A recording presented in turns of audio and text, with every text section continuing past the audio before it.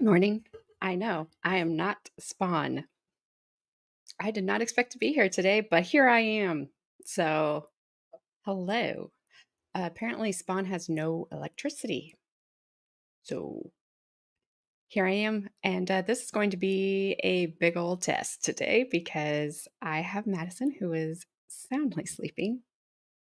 Still, maybe.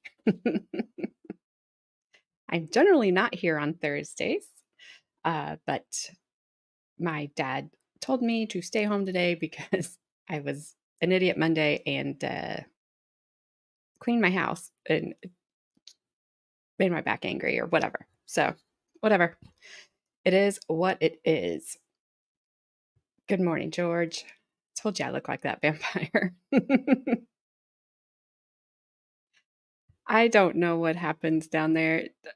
She's like, power goes out down here all the time. I was like, well, so it does in my area too. So I don't know. She may pop in later. I have no idea. We'll do what we can do. I'm just reading all your guys' chat about keep your vid to yourself, please.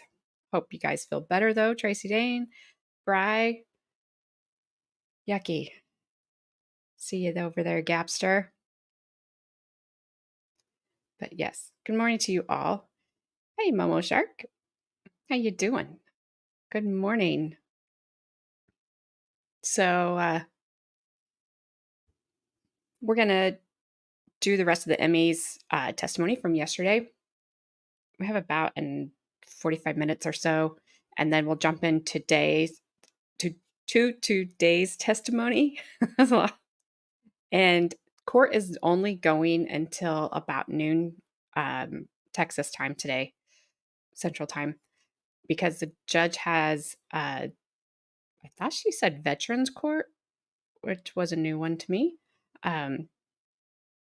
So we don't have, like, I know we're behind, but it's not a full day. So we'll do it, get it all covered, and get caught up so that we are caught up for tomorrow. Like I said, this is a big test run for me that I wasn't expecting to have quite yet, but it'll be just fine. Until she wakes up. and then we'll go from there. I think I have everything going and boosted and all that fun stuff. So when we left yesterday, the state had just turned over a ton of binders to the defense, and they took forever to go through them. So that's where Carmen ended it. And I'm picking up right after they get done going through all of those binders and say, all right, it's good to go. And he has just taken the binders back up to her. And then he starts her testimony. I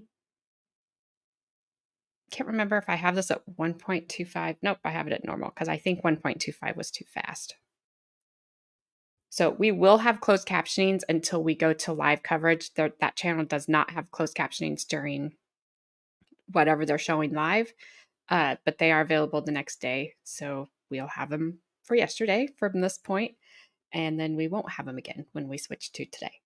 So, all right, here we go. Please let me know how the sound is, if I need to turn it up or down. There. It's a crowded desk up there, so. I want to go back when we talked about the cause of death. You determined that it was starvation, correct? Correct. I want to talk about starvation just generally. Are there different types of starvation? Meaning the duration in which the starvation occurs. There are different types as far as duration as well as causation. Okay. Yes. So I want to talk about the duration of the starvation first. Is there a distinction between maybe like an acute versus a chronic starvation? Yes. And do those have potentially different findings? Yes. And what might some of those things be? Well, firstly, it'd probably be easier to kind of think about acute versus chronic starvation. Chronic starvation would be most classically the starved children that we often see on television when we refer to famines, right? Usually in Ethiopia or Sudan, these chronically malnourished children who have likely been malnourished since birth. That would be our chronic starvation. Our more acute starvation, the easiest way to think of that might be someone who goes on a hunger strike and just stops eating for a period of time. And what we know is that the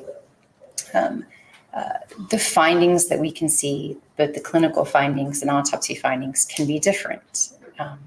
When we have a chronic starvation case, a chronic malnourishment, oftentimes there's parts, they're receiving some nutrition, but not enough.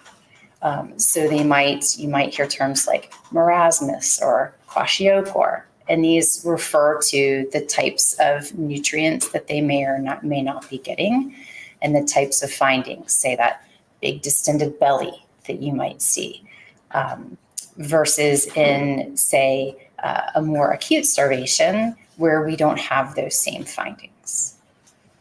So you mentioned 2 different types, and I'm not going to even attempt to say the names. But as it relates to the distinction between those, does it relate to the specific type of food that they would be consuming relative to the other food that they might be consuming? Correct. It refers to the nutrients that they're receiving. Are they receiving proteins and not carbohydrates? Are they receiving carbohydrates and not proteins? Are they receiving vitamins? For instance, many of the malnourished children that we see on television are actually receiving some supplemental nutrients, right? So supplemental vitamins, supplemental feeds. It's not enough for them to gain weight and essentially thrive, but it's enough to kind of keep them alive. But again, you might find these things like fluid in the belly or large livers because they're in this kind of more chronic state.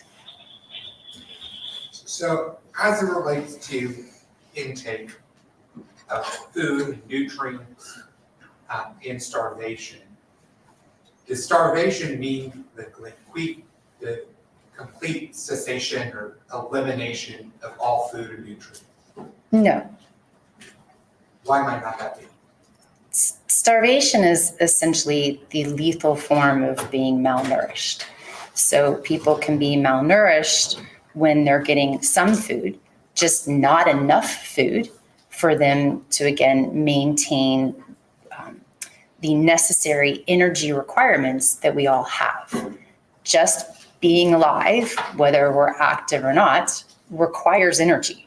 Walking, thinking requires energy. And so our bodies have the baseline amount of energy that we need. When we're not receiving that energy and we deplete our stores of energy, that's when we become malnourished. And when that malnourishment becomes lethal, we call that starvation. So would it be uncommon for a person who is malnourished to be still able to have bowel movements and urinate? No, that can happen as long as there's some intake. Can somebody be malnourished to the point of starvation and still been able to urinate and or defecate prior to their death? Yes. So I want to go back to Benji, and I'm going to refer to him as Benji. What findings did you make as it relates to his autopsy that ultimately led you to reach the conclusion that the manner of death was homicide and the cause of death was starvation? Are you referring to those specifically listed in the autopsy report? So I want to go initially through your autopsy report, and then we can talk about some additional things. So as it relates to the first part of your autopsy, I know there's subparts, but as it relates specifically to the BMI, let's talk about that first.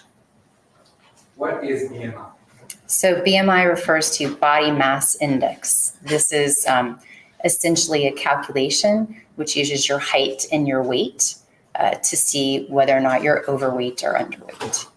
And what was Benji's weight at the time of his death? 28 pounds or 12.77 kilograms. And that weight, where was it taken at? Where was it measured? Yes. In our office at the time of the examination. And that weight, what did it include? It might sound silly, but what did that include? Just his body? So that would be his body and any clothing that he was wearing. And at the time he was wearing a diaper.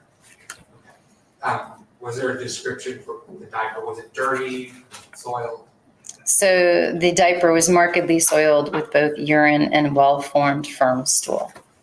So the weight that you took included the weight of the diaper that had presumably dirt and pieces in it. Yes. And what was Benji's height at the time of his death? 39 inches, which is 99 centimeters. And so BMI is a calculation based on weight and height, correct? Correct. And what was Benji's BMI? 12.9 kilograms per meter squared. And what's the significance of his BMI at the time of his death? That BMI is less than the first percentile for the CDC calculation for BMI for children, which would be consistent with malnourishment and starvation. If you can explain to the jury, you said below the first percentile, what percentiles are you referring to? So we've probably all seen that when children are taken to the physician, to a doctor's office or any sort of medical clinic, usually they get a height and a weight. Actually, when we go to the doctor, we get a height and a weight. For children, the physicians will usually plot this on a growth curve to make sure that they're growing appropriately. They're gaining weight as they should, they're growing as they should. They'll also plot the BMI on a BMI scale, much like the growth scales, to see if they're underweight or overweight, just like our physicians would. So if we go to the doctor and our BMI is too high, we might get that discussion about exercising more and eating less. If our BMI is too low, we might have a different conversation. But again, these percentiles are generated for what is considered a healthy weight for height is what BMI is, right? And it's looking at how much we should weigh given how tall we are. And you said he was below the first percentile? Correct. And what is that?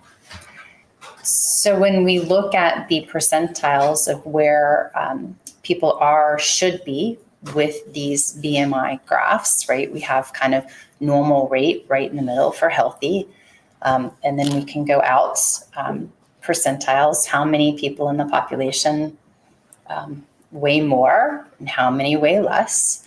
And then the CDC has created these percentiles that say you're taller than 95% of the population. So you would be pretty tall, right? So with BMI, they have the same percentiles. And this would mean, so being less than the first percentile would be that 99% of the population would have a BMI greater than the 12.9 that Benjamin had. And 99% of the population, is it the full population of the United States? My apologies. It's the population of children aged 4 years, 10 months. So essentially the peers of that age group.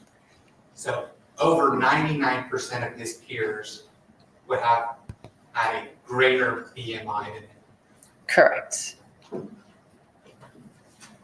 So moving on to your findings that's in 1A2,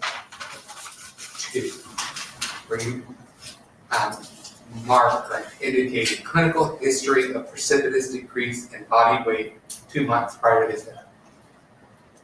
As it relates to Benjamin,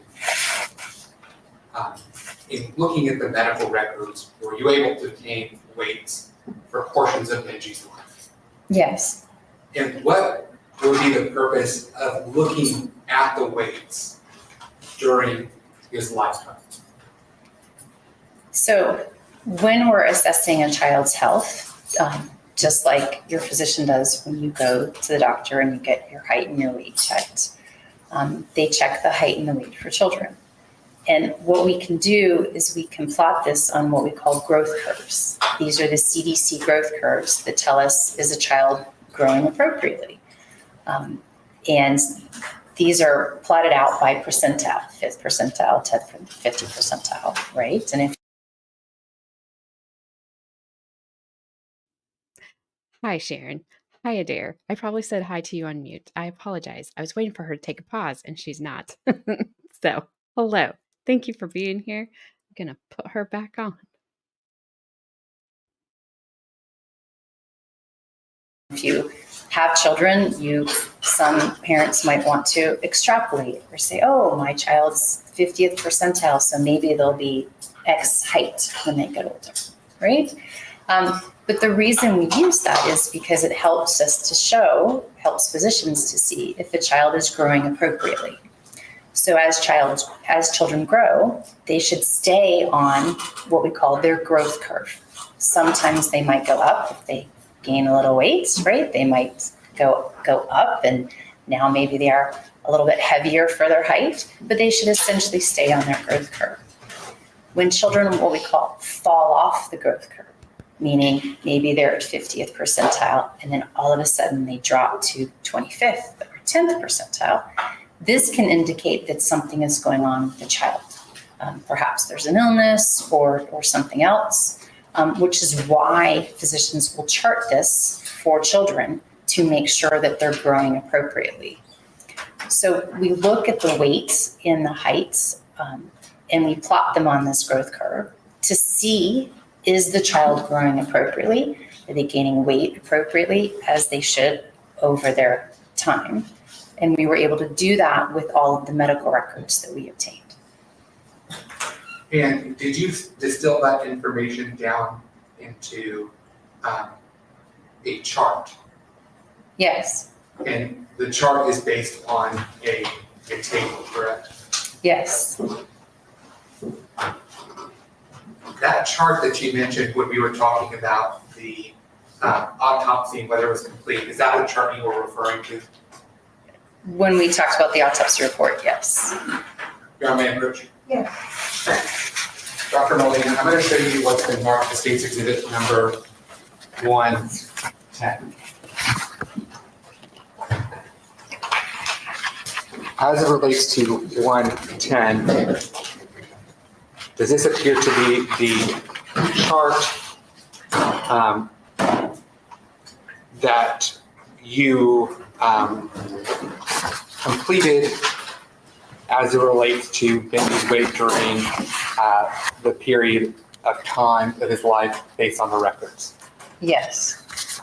And we'll show you what's been marked as State's Exhibit number 111. Is that the chart based on this table? So this chart is the chart that was included in the autopsy report. This table does have a data point, an additional data point listed that is not on this particular chart. Forgive me, I may have marked you wrong.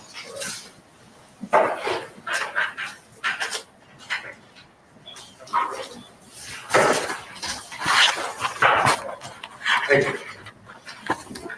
So I'm actually going to mark this one.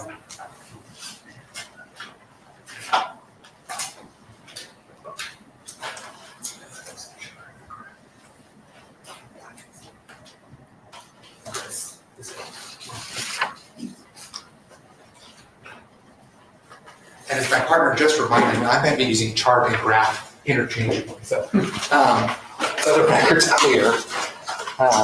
110 is the chart, and 111 is the graph. Does it matter? Only to math. 110 would be a spreadsheet, or I like that term better. and 111 would be a graph. Yes. Okay. And 111, does it include the data point that's in 110? Yes. Okay. And do you believe that this would be useful in to the jury in understanding your testimony today? Yes. Yeah, at this time, the state would move to admit states 110 and 111. The tender could present for objections. Your Honor, may I take this witness on the record, please? Yes, ma'am. So in regards to State's Exhibit 110, which is the chart,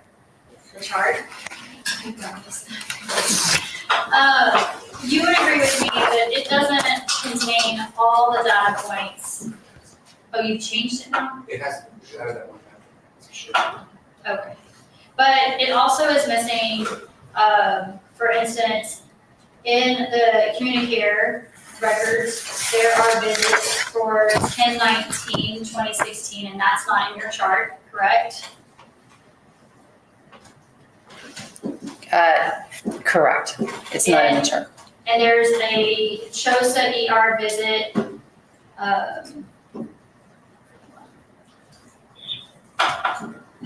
on 1/11/17, that's not in your chart.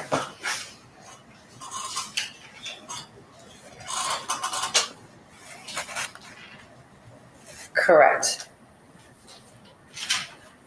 And then, there is the CHOSA visit on 4/1/2021, that's not in your chart.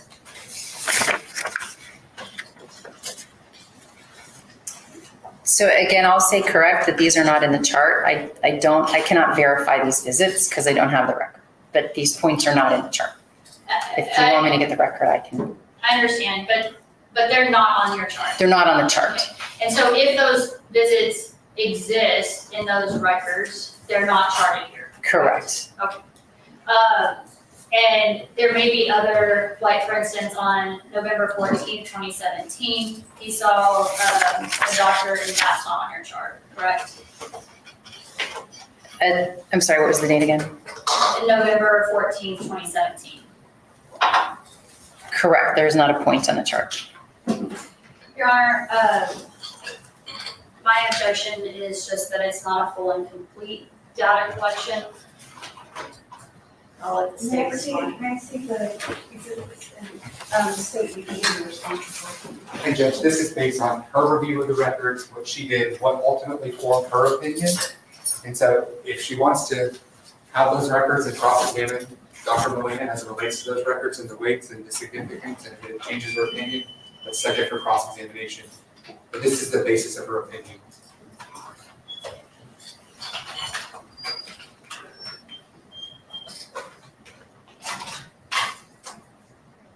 States Exhibit 110 and 111 are admitted.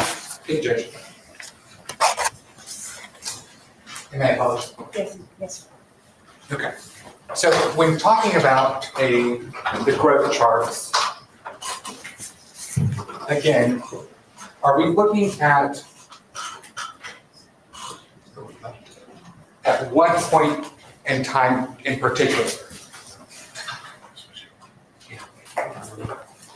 It's right here. It's fine. As it relates to the growth chart, are we looking at one point in time in particular? Well, each point on the growth chart represents one point in time in particular. But when we look at the chart, we're looking at the trend over time, not at any one individual point, but at the trend. Okay, so each point has a significance, but independently, they are not the formation of your opinion as it relates to whether Benjamin died of starvation. Correct, it's the trend. Okay, so when we're looking at the beginning of his life, and I should ask first, the axis here, the vertical axis, what is that charting? weight in kilograms. And then the bottom axis? That is age in months. Okay. So these lines, the red line at the very top that's plotted, what does that line indicate? So that's 95th percentile. You can see the ones that are labeled. This chart is actually based from the CDC data. So that the charts that you see in the doctor's office, you can actually get those data points from the CDC. They're freely available. And so this chart was generated with the CDC data. So the lines, the kind of brown line or red, the green, the blue, the, I guess, darker blue in the middle labeled 50th, the yellow and the orange, those are CDC numbers representing the percentile. So 95th percentile, that would be kind of your heaviest kids, and the 5th percentile would be your lightest children for each age. So the CDC developed those numbers. Okay. So as it relates to the highest line here, the one that's in the red, labeled the 95th percentile, that means that if you were on the 95th curve, that means that you would be heavier than 95% of the peers in that age group. Correct. And then as it relates to the bottom line, the 5th percentile, if you were on the 5th percentile curve, that means that 95% of the people in your age population would be heavier than you. Correct. Do you recall what these two lines, and let me ask just about the yellow, what growth curve that is? 25th percentile. Okay. Now these light blue dots that are kind of scattered throughout the States Exhibit 111, what are those indicating? Those are the weights from the medical records for Benjamin Cervera. Okay. And so looking at from 0 months to just past 21 months, generally, is he following that 5th percentile curve? Yes. So in your opinion, is he developing appropriately as it relates to his weight during that period of time? Well, you can see he's following the curve nicely initially, but then he kind of falls off the curve a little bit, and then he goes back onto the curve. So likely something happened around 8 to 10 months, but then he goes back onto the curve. And that jump down is what I'm pointing to right here in States Exhibit 111. Correct. And then we're back on around the 5th percentile curve after that. Correct. So this period of time between 21 months and 40 months, based on your review of the records, you didn't find any weight plots during that period of time. Correct. I couldn't find any medical records during that time. So during this period of time, are you going to make any assumptions as it relates to whether Benji was on the 5th percentile, 25th percentile, anything like that? No. When the next data point that you have at around the time that Benji is 40 months, is he on a different curve? Yes. And what curve does he jump to? The 25th percentile. Okay. And does that trend continue to the next plot point? Yes. And that plot point, I don't know if I can do the charts. It's about 48 months. Okay. So that's 4 years old. Correct. So we have from 48 months up until the time that he ultimately is, actually this last data point here is at the time of his death. Correct. So from 48 months to just before his death at 54 months? 58 months. 58 months. Does he ever gain weight in this period of time? No. And Not by trend. not by trend. Again, the trend being from this point here at 48 months to ultimately his demise at 58 months. Correct. So during this 10-month period of time, his overall trend is downwards. Correct. And during this 10 months of his life, if he's following his growth curve, if he's developing appropriately, would you have expected him to continue to gain weight?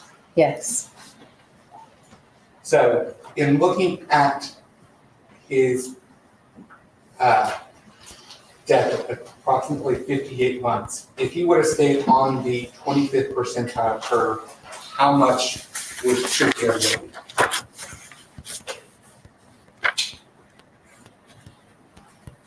Approximately 16.5 and change kilograms. I know we're a math major, but I'm not expecting you to do it on the spot, but 16 and a half roughly, correct? Correct. And how much, again, was he in kilograms at the time of his death? 12.7. So that's a difference of 4 Essentially like 4 kilograms. roughly 4 kilograms. And what's kilograms to pounds? So that's about 10 pounds. Okay. 10 pounds in a child at 58 months old. Does that have any significance to you? Well, Benjamin's weight in pounds at the death was 28 pounds. So 10 pounds is essentially a little less than half of his weight. Okay. So percentile wise, that's a large percent of his body. Correct. So it might seem silly, but 10 pounds for me is different than 10 pounds for Benji. Correct.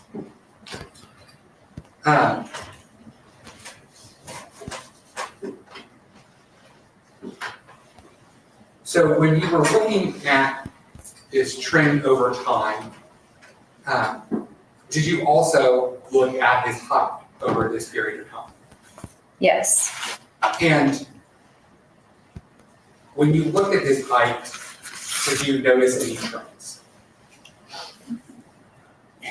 The trend was no growth. That essentially there was no growth from about 48 months to 58 months. The values are a little more spurious, meaning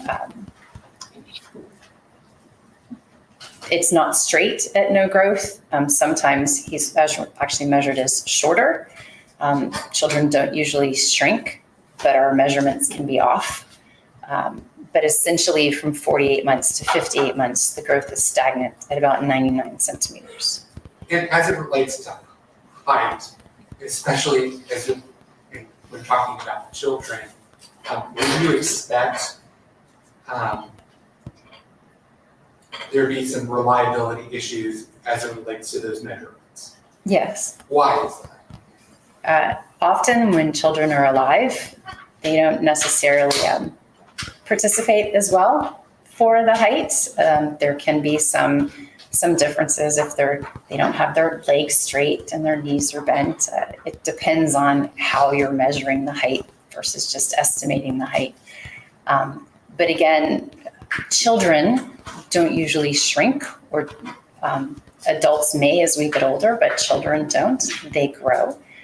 And so if we look at those values, again, pretty much it's about consistent at about 99 centimeters with some variation that's likely just due to human error with measurement. So that period of time between 48 months where his height was measured at 99 and his ultimate death where you measured him at autopsy at 99, would you expected his height to grow? Yes, he should have grown in those 10 months. And is that instructive as it relates to your ultimate opinion as to whether Benji died from starvation? Yes. How so? Again, children should grow. So it's not just a matter of losing weight. It's a matter of not growing. So we have to take both of those into consideration.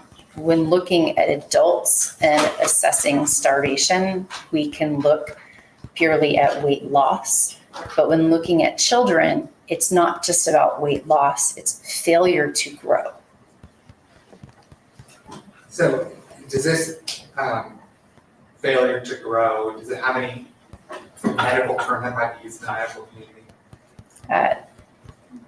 Some people use the term stunting or arrest, meaning you've kind of stopped, as well as we've discussed, falling off the curve.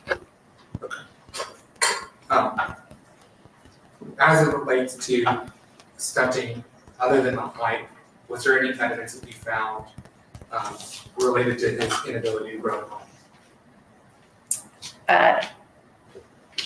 At the time of autopsy, no. Okay. Want to talk about the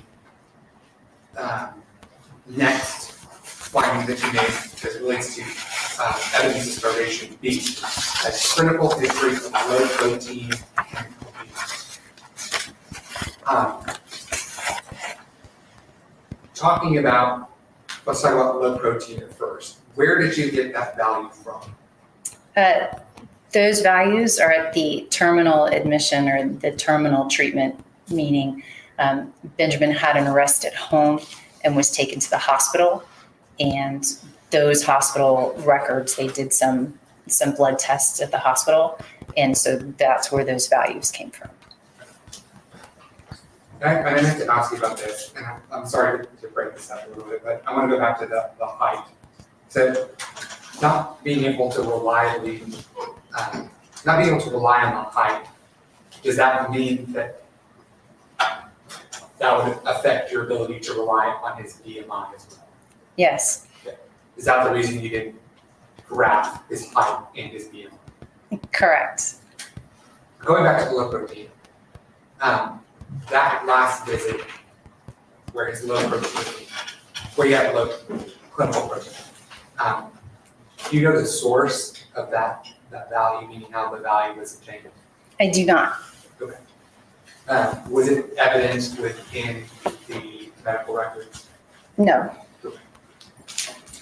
And what does the low protein mean as it relates to starvation? So when we are malnourished and we're not getting enough energy intake, our body will first start to utilize our fat for energy, right? When we don't have enough fat, it'll start to use protein for energy. And when we run out of both, that's when or we get low on both, serious complications can occur. So that can be, we have low protein because we've broken down a lot of our protein, but it also can be, we have low protein because we're not eating enough protein, because that's where our protein reserves come from. And albumin, what's albumin?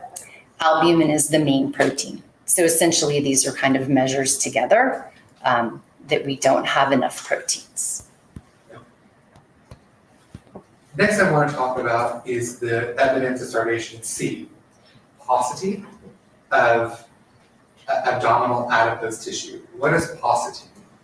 Paucity means lack of, very little. Okay. And what is adipose tissue? Adipose tissue is fat. And what,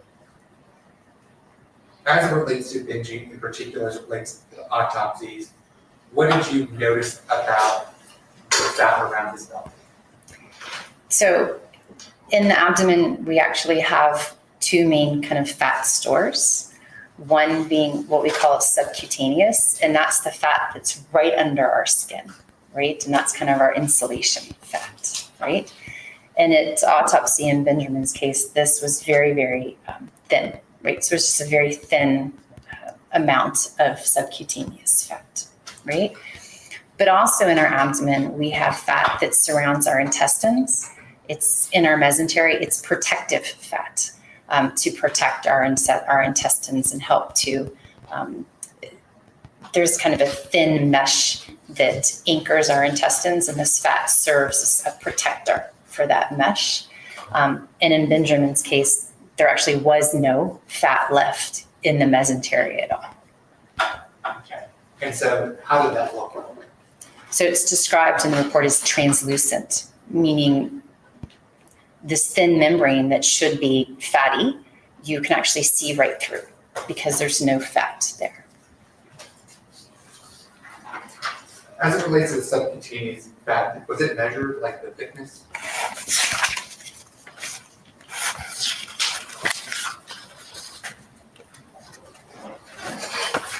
Yes, And what was the thickness?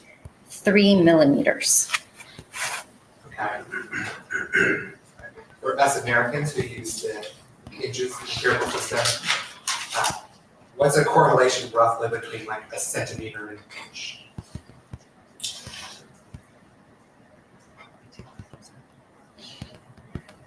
Less than 1/4 of an inch.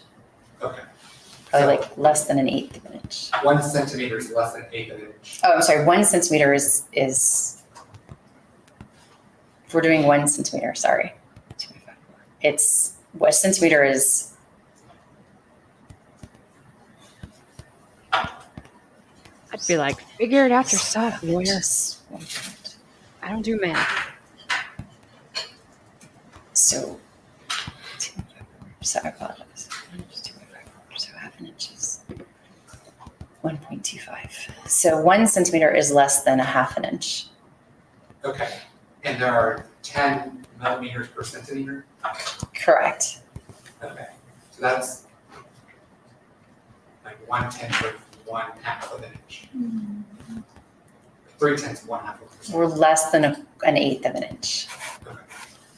Is there any kind of general consensus as it relates to what like a normal level of that subcutaneous fat should be? From experience, I can tell you in most children, it's usually at least a centimeter. And there's 10 centimeters, is there 10 millimeters per centimeter? Correct.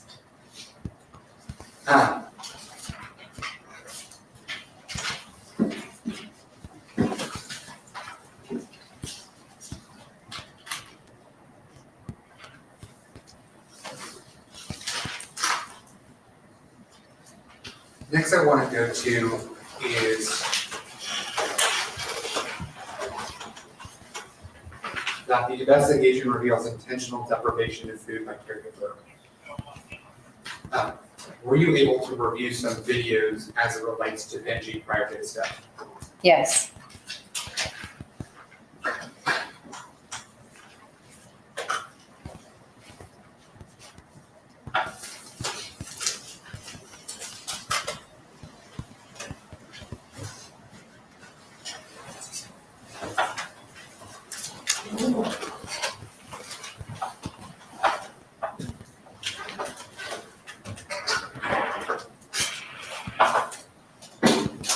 Let me ask first, this intentional deprivation by the caregivers, did it assist in informing your opinion as it relates to cause versus manner? So that does not affect cause, that it goes to manner of death. Okay, so this intentional deprivation wouldn't affect your ultimate conclusion that Benji died from starvation. Correct.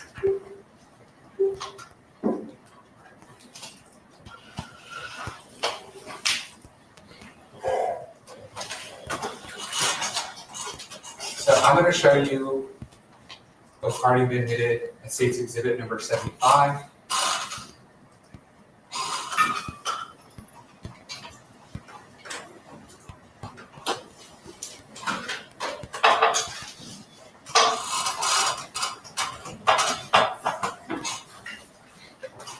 And I'm going to play for you number 7. If you could read for me, when was, can you see from there?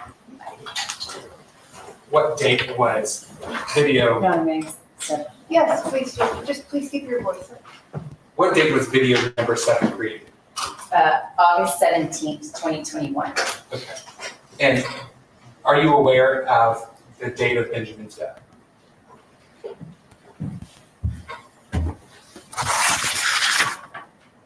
Yes, So what was the date of death?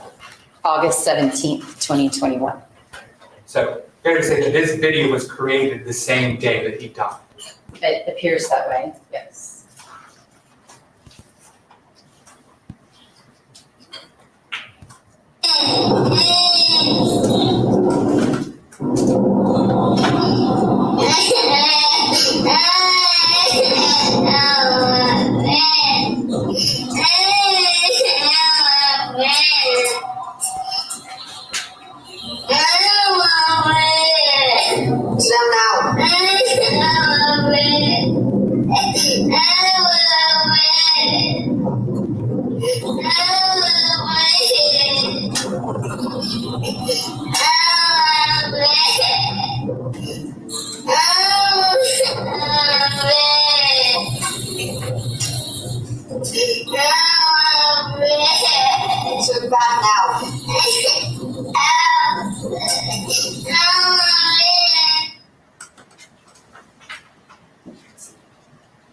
As it relates to that video number 7 and Tate's exhibit number 75, was this the same type of videos that you reviewed and ultimately informing your opinion as to whether there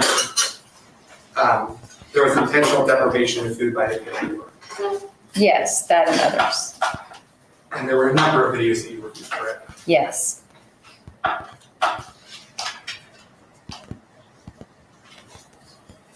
want to talk about the intestines as well. During the autopsy, did you observe Benji's stomach, small intestine, large intestine, and colon? Stomach, small intestine, large intestine, and Colon? the colon is the large intestine. So you're the doctor. So yes. So as it relates to his intestines, did you make any observations that informed your opinion as to whether Benji died from starvation? Yes. And what was that? His stomach contained a minimal amount of material, approximately 15 cc's of clear fluid with this yellow and black particulate material reminiscent of like small seeds. And his small and large intestines were collapsed with minimal contents. What does that mean? What's the clinical significance of the collapsed intestines? That means so normally when we eat, food is first processed from our stomach, then it goes into our small intestine and into our large intestine. This is incredibly variable, but in general, small intestine might have, contents in it from what you've eaten kind of that day, whereas your large intestine might have contents in it from the day before or even a couple of days before, just depending on how quickly an individual processes their food. So this would tell me there's minimal contents, so likely there hadn't been any intake of food or significant amount of food within at least, say, a day prior to death. There was, again, stool in a diaper, which may have been from days prior, but nothing throughout the intestinal tract. During the medical treatment intervention around August 17th of 2021, as part of attempted life-saving measures, was an NG tube put in place. Yes. And what is an NG tube? It's a tube that goes in someone's nose, down the esophagus into their stomach. So it's nasogastric tube. And what was that NG tube used for? It's commonly placed in life-saving measures.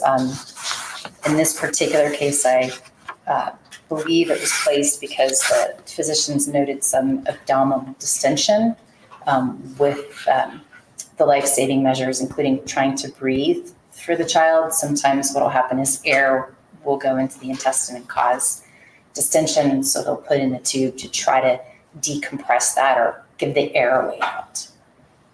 And did they use suction in this case? I do not recall. If they had used suction and removed some of the contents, what type of debris, based on the size of the NG tube, would they be able to remove? NG tubes are small, they have very small holes, so they can remove mostly liquid and small particulate material. They can't remove larger items. So even if they had used the NG2 and use suction, would that have changed your opinion as it relates to the content in the small intestine and large intestine? Or lack of content in the small intestines and large intestine? No, NG tubes can only remove content from the stomach. Did you recover the contents of Benji's stomach at the time of autopsy? Yes, And did you photograph those? yes. I'm going to show you, Mr. Julia, this is a good, are you getting the photographs? I think after I finish just this set of photos, it'd be a good time to break. I'm going to show you what's marked as States Exhibit 112 through 120. Look at those.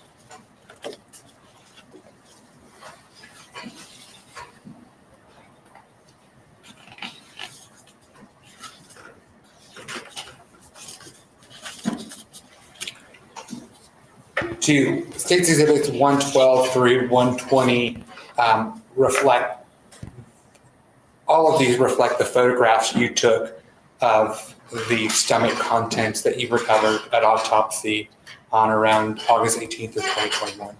Correct. And do they truly and accurately depict the stomach contents? Yes. Your Honor, at this time, the statement will move to Unit States 112 through 120 on a tender defense for objections of any as previously tendered and discussed.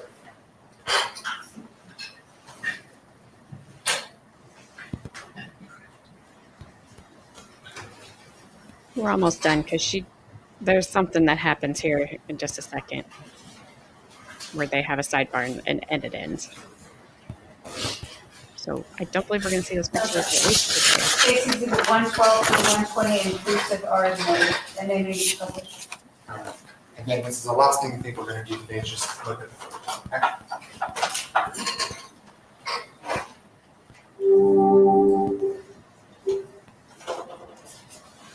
I'm going to show you what's been admitted as States Exhibit 113. You describe the contents as like seed-like material. Yes. Um, In the report, it's described as yellow and black particulate material. how long have you been in San Antonio? More than 20 years. Okay. Have you had chips and salsa before? Yes. Okay. Does this look consistent with anything? Objection, Your Honor. I'm gonna, unless this has been tested, should not, may I take her on prior before we get into whether she thinks it is something or not? I'm gonna go and sustain the objection unless you can lay credit as to that it's something more than speculation. Okay.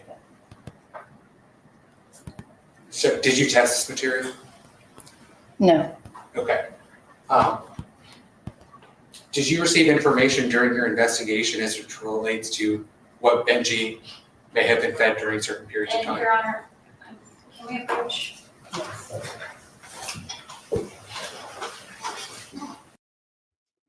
All right.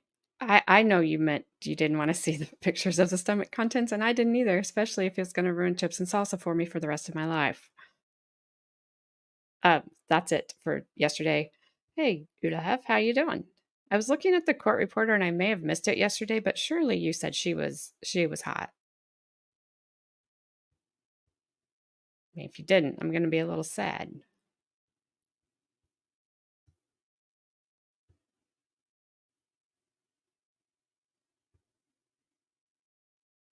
Alrighty, so I have this queued up to go. She's back on the stand. She does have different clothes on today, Bri.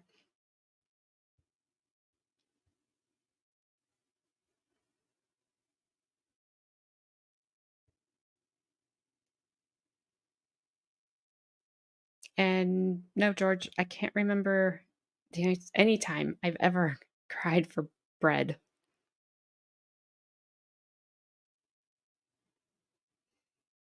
It's horrible.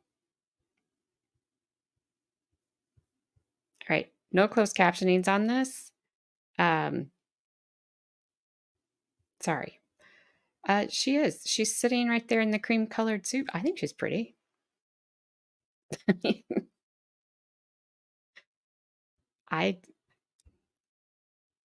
Whatever. I'm not going down that path.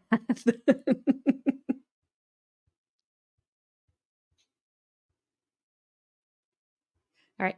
Let me know if the sound is still okay, because I've had to switch tabs and you know how all that goes. So here we go. Believe, Mr. Villarreal, you were questioning. Please go ahead. Thank you, and permission to freely. Yes. Dr. Molina, I believe what we left off with was talking about state's exhibit. Longhorn does have good. State's exhibits 112 through 113.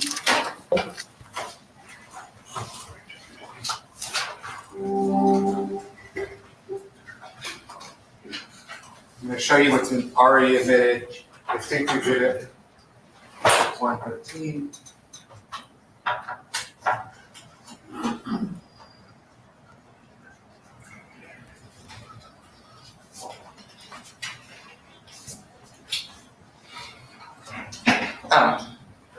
In your opinion, was this consistent with like salsa? Yes, again, that's a photograph of the stomach contents, and that would be consistent. Okay. So, yeah, it's your Michael. Yes. Yes. Okay. Sorry.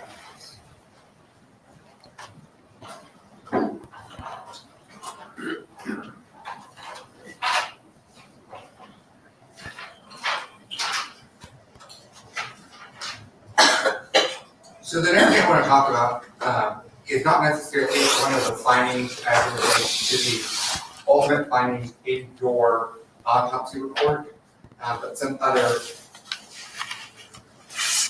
evidence that relates to potentially that was gathered during the autopsy and death investigation. What is macrocytic anemia? So anemia is when we don't have as many red blood cells as we should. Red blood cells carry the oxygen to the tissues for us. And there are multiple reasons that we could be anemic. Macrocytic anemia means that the red blood cells are larger than they should be. And so if we have a low counts and they're too large, it's consistent with a vitamin deficiency. And macrocytic anemia, does it have any relation as to informing your opinion as to whether Benji died from starvation? Well, it's certainly kind of an added detail, right? It doesn't have to be there as part of starvation, but when we see it, it's again consistent with vitamin deficiencies. Vitamin deficiencies commonly happen with starvation and malnourishment. So, in reviewing the medical records in this case, were you able to determine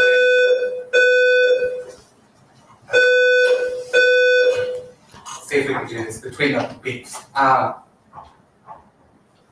In reviewing the medical records, were you able to determine if Benji had or what you believe to be macrocytic anemia in any of the medical records? Yes. And in which case? So I believe in the July, I believe it's the 21st, but again, I'm going right, but in the July 2021 visit, he had a low hemoglobin, still normal but low, but evidence of macrocytosis, meaning already showing that those red blood cells were too big. And then at the time of death, with treatment, he was now anemic, meaning his blood count was too low. And he again had that macrocytosis. His red blood cells were too big. And what values are you looking at in order to make that determination? So for anemia, we look at hemoglobin and hematocrit. And for macrocytosis, we look at something called MCV. That's what's on the laboratory report. It means mean corpuscular volume. It's how big the red blood cell is. And I'm gonna try you what's already been admitted as state's exhibit number 102. And it's already marked as 7/21/21, date of that record. Can you look to verify that macrocytic anemia was present on 7/21/21?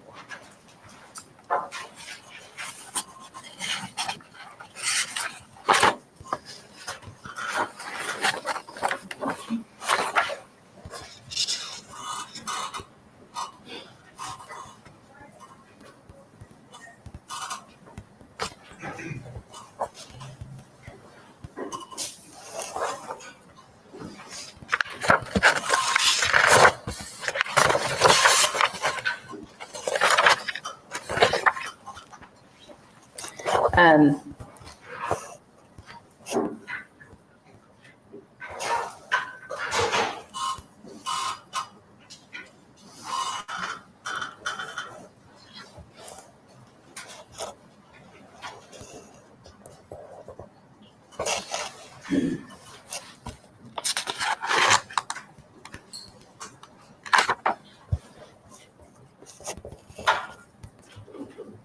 Sorry, I'm not seeing the hemoglobin and hematocrit. This is from 7/22, this laboratory value. And it shows a mean corpuscular volume of 93.8, which is high normal, I believe, but it's not, it's not marked as being out of range for this hospital. So I'd have to look. Each hospital has their own ranges for normal, and usually they mark when they're out of range. Okay, and maybe I can look at the medical records in a second to see if I have it marked. But as it relates to the 817, the terminal records, as we've been referring to them, that the macrocytic anemia was present then, correct? Yes, as I recall.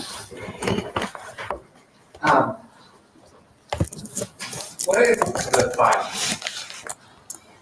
The thymus is an organ that lives in the anterior mediastinum, right underneath the sternum of the chest.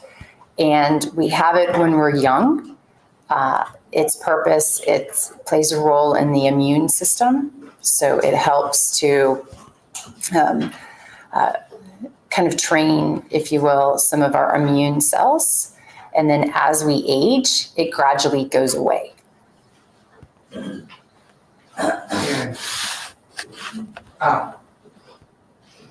during your autopsy, did you observe Benji's thymus?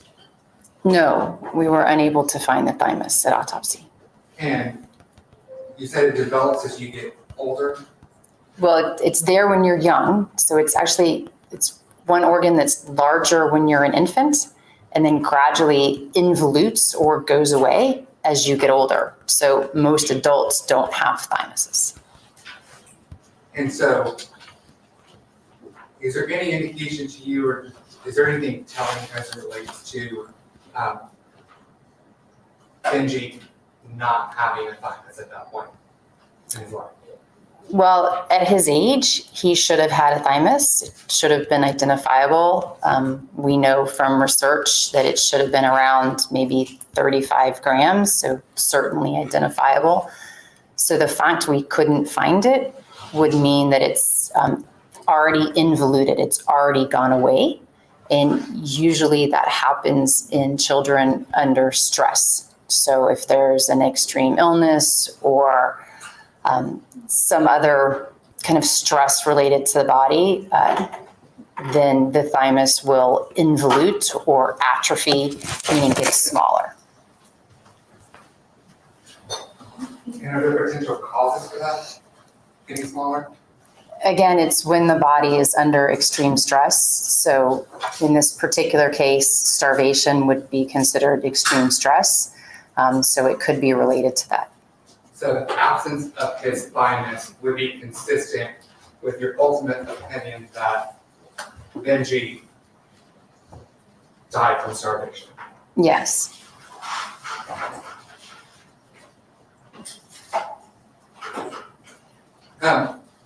What is an IO, or interosseous line?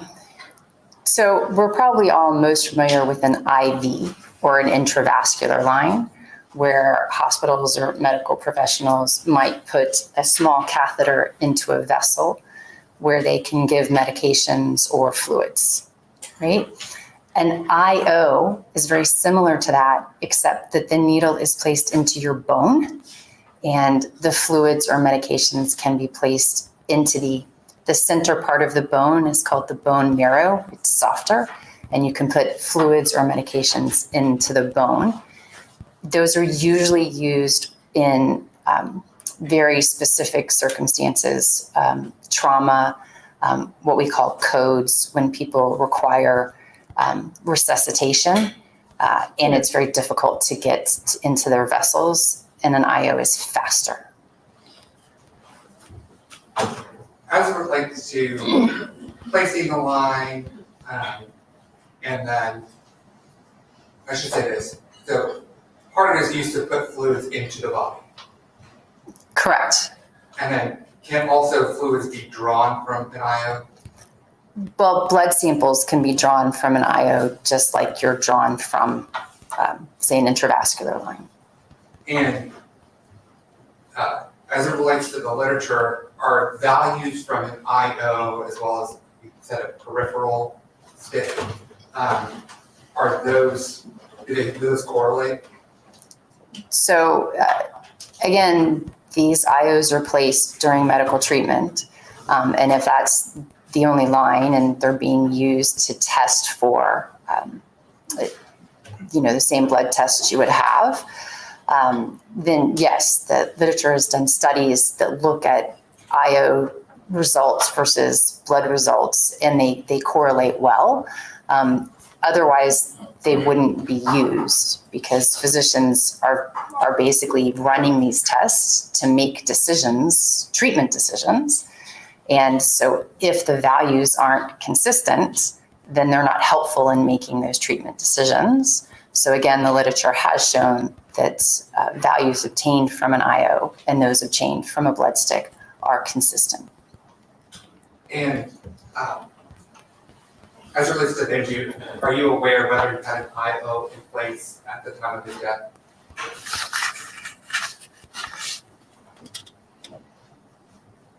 Yes. I'm going to go back to the macrocytic anemia very briefly. I'm going to show you again states exhibit 102. Those appear to be the lab results from 7/21 of 21. Yes. Okay. Is this what you were looking for earlier? Yes. Okay. So in looking at these lab results, does this inform you as to whether you believe Benji was suffering from macrocytic anemia on 7/21 of 21? Yes. And what in particular? Again, so we look at the hemoglobin and hematocrit, and while they are within normal range, they're very low. So the low limit of normal for hemoglobin being 11.5, and it's 11.7. So just kind of right there. But more telling is the MCV, the mean corpuscular volume, the size of that red blood cell, is 93.8, which is high. The upper limit for this laboratory being, so I have to draw 87. I'm sorry, 87. So that tells us those red blood cells are too big. So we're already at that macrocytosis, and the hemoglobin's already dropping. So we're very close to that macrocytic anemia. Okay. Which again indicates a vitamin deficiency? Yes.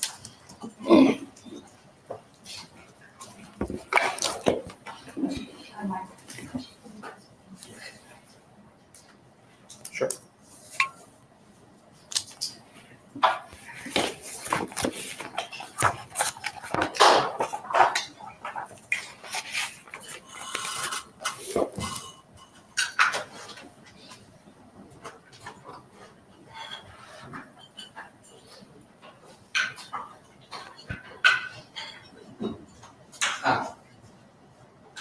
Dr. Monia, did you take photographs during the physical examination part of the autopsy on August 18th of 2021?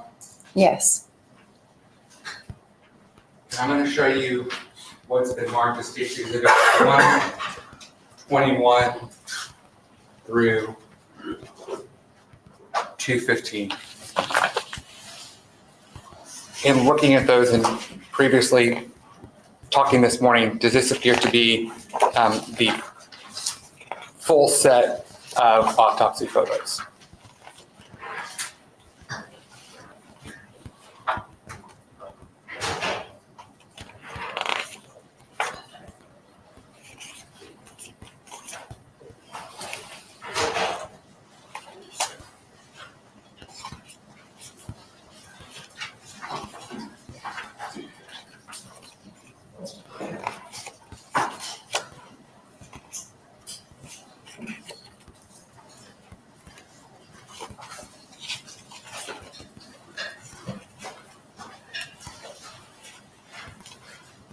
Hey, Kelly, how you doing? Good to see you. Are you talking about the Emmy?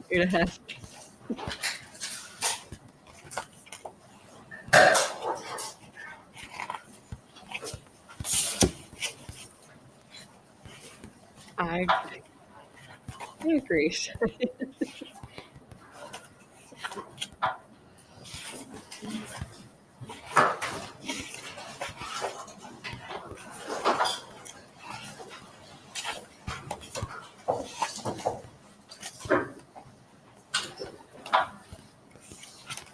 We were trying to decide if her hair was a wig because it never moved. Oh, the prosecuting attorney. Red hair?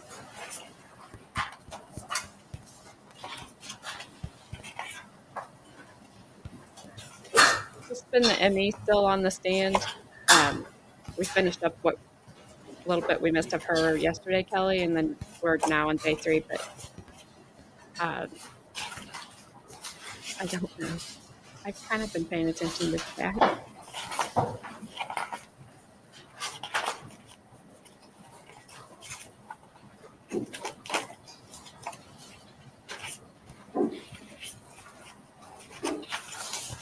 Yes, it does appear to be a full set of autopsy photos. And do these photos truly accurately represent Benji at the time of his autopsy on August 18th of 2021? Yes. Your Honor, this time the state moves to this to 121 through 215 for the full autopsy photographs and streets itinerary discovery.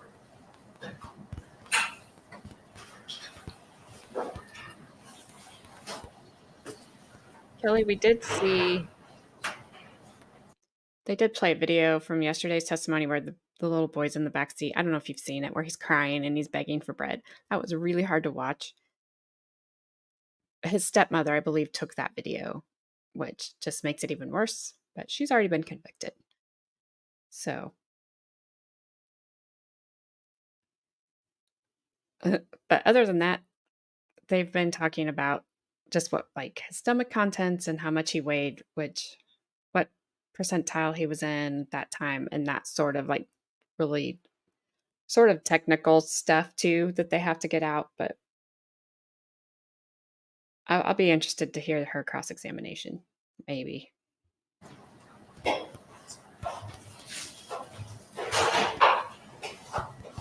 Definitely does.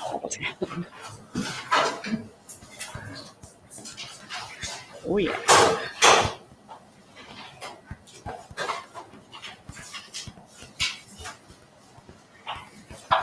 Yes, and her hair never moves, ever, ever. You don't have to worry about messing it up. Your Honor, may I take this witness just on a brief for hire? Sure. Dr. Molina, you said these are all of the photos from the autopsy, No, correct? don't tell them. I believe they are. Good grief, lady, don't turn them to us. You know what, it would have, listen, we all know this is a really sad case, and it's not like we are not taking it seriously. I had a complaint that on another thing, like what humor did we find in it? It wasn't, the humor wasn't about the trial at all. And if that person would have watched all of the trial, they would have known that none of us found the trial funny. And we'd actually criticized people who got us to the trial because they didn't do their jobs. And in this case, the same thing. But my gosh, it gets so heavy that it's fine. Like, we're not laughing at the trial. I paused her in a horrible spot. But if you don't do something, you'll just, the stuff will drive you crazy. So you're fine. Don't you worry about it. Or if you want me to match them, I can. No, I'm just saying, like, so this is, let me take any other photos than what's in here. Aside from the other photos that were taken after the autopsy, such as the gastric contents.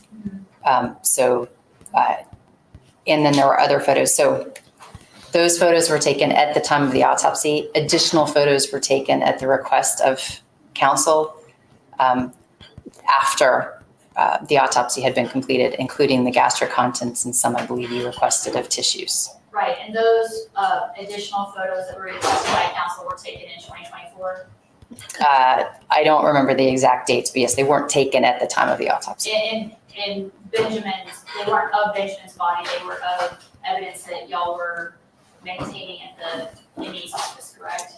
Specimens that we were maintaining, but yes. Okay, and so just to be I'm good clear at it, though, there are no photos that exist of the insides of Benji's organs or anything like that that you took at the time. Correct. No objection as to states 121 through 121 through 215. States Exhibit 121 through 215 inclusive are admitted. They may be published. So the first photo I'm going to show you is States Exhibit 121. Is that Benji on the date of your autopsy?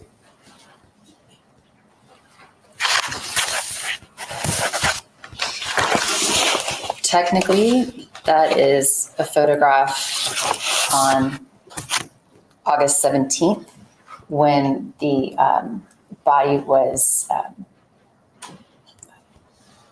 it's what we call the intake photo. So it's when the body arrived to the office. We always take a photograph, and the body actually came in the 17th and the autopsy was performed on the 18th. Okay, so this is the intake photo from the 17th as his body came to the MD's office. Correct. So as it relates to his physical appearance, anything telling to you as it relates to your ultimate opinion as to whether Benji suffered from starvation at the time of his death? From this photograph, you can see that he appears to be underweight and small for age.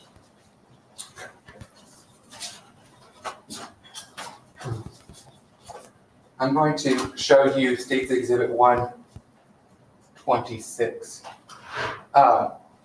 There's some like purplish hue right here on what appears to be his buttocks. Are you familiar with Mongolian spots? Yes. Does this appear to be Mongolian spots to you? The purplish hue does. In this photograph, there's also some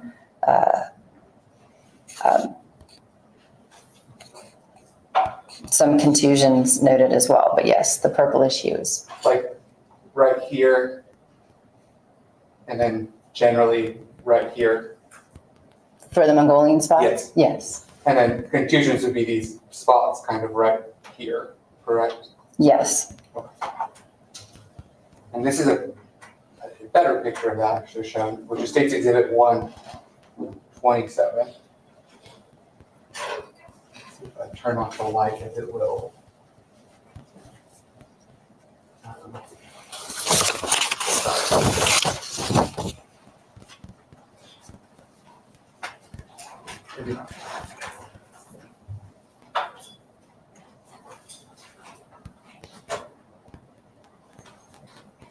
In that, again, the Mongolian spots are here. This one, Yes. Just to that one. The other one's a little higher. Okay. Is it okay if she comes out from the stand, Judge? Yes. And if you could just point for the jury, the difference between where the Mongolian spots would be and where the contusions would be. So there's a Mongolian spot right here. And there's a Mongolian spot, this kind of whole area here, which is kind of purple. And then we see these kind of separate, darker, maybe red areas. Those are contusions. Okay. Thank you.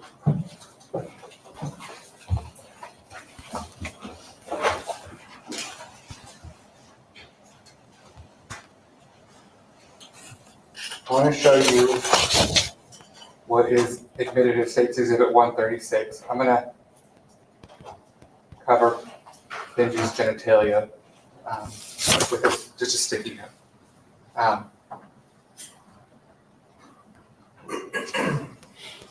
As it relates to this photograph, is there anything in this that is telling as it relates to Benji's size and her weight, and for your opinions relating to starvation? So again, in this photograph, we can see that he's underweight. We see a prominence of the ribs. We see that the abdomen is somewhat scaphoid, goes down, it's not flat.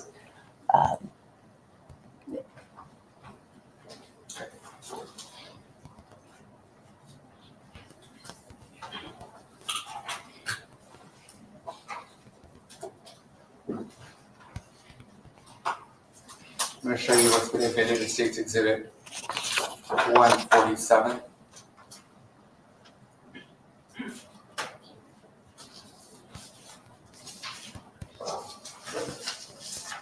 This point right here on State's Exhibit number 147, is that where the IO line would have been placed? That is certainly an IO mark, and yes, that is where the IO was.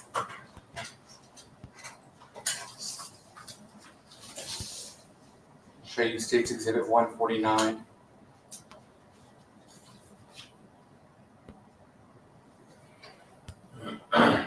Is that Benji? Yes, And again, can you see his ribs in this picture? yes. What does that indicate to you? Again, this is just showing that he's underweight. There's a prominence of the ribs and the abdomen again goes down instead of lying flat.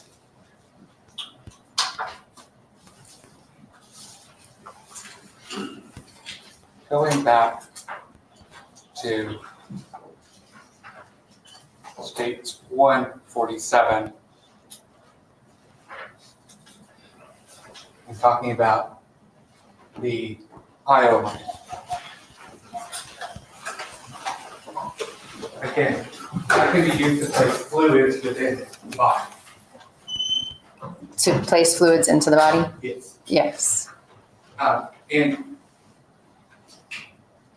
when the IO is placed and saline is put into the body, can that affect the ultimate weight?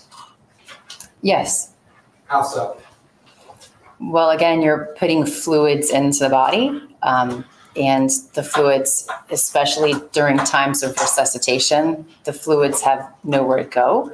So any fluid you put into the body will stay in the body, increasing the weight by how much fluid you've put into the body. So your measurement of Benji's weight at 12.9, 12.7. 12.7 kilos at the time of his death potentially could have been inflated by the fact that he was receiving fluids prior to the time of his death. Potentially, yes.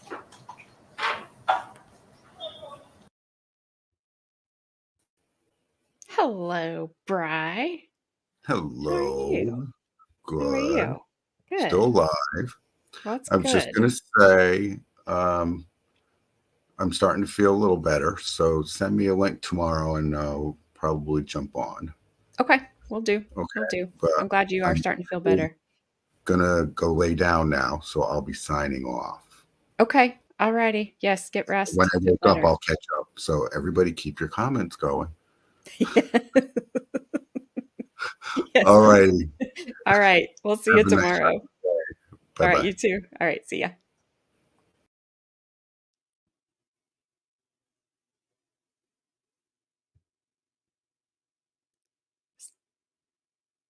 Oh, wait, I'm lost on the eyebrows. Which eyebrows do you like? The Emmys or the court reporters? Because the Emmy doesn't really have any. Court reporters are very dramatic. They're like mine, even though hers are more dramatic. Yes, rest well, Bri. We need all of you to get better. Stay that way. It's in order.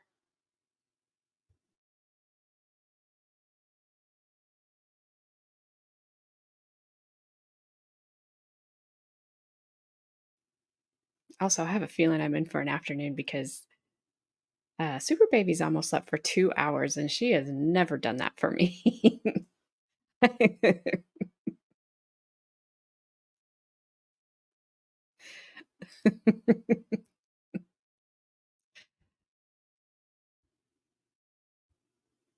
Oh, autocorrect is great, isn't it?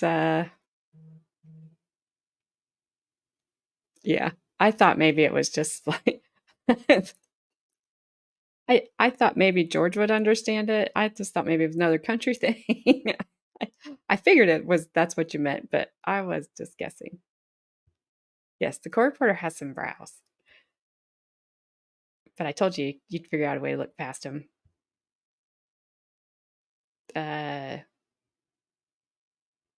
Yep.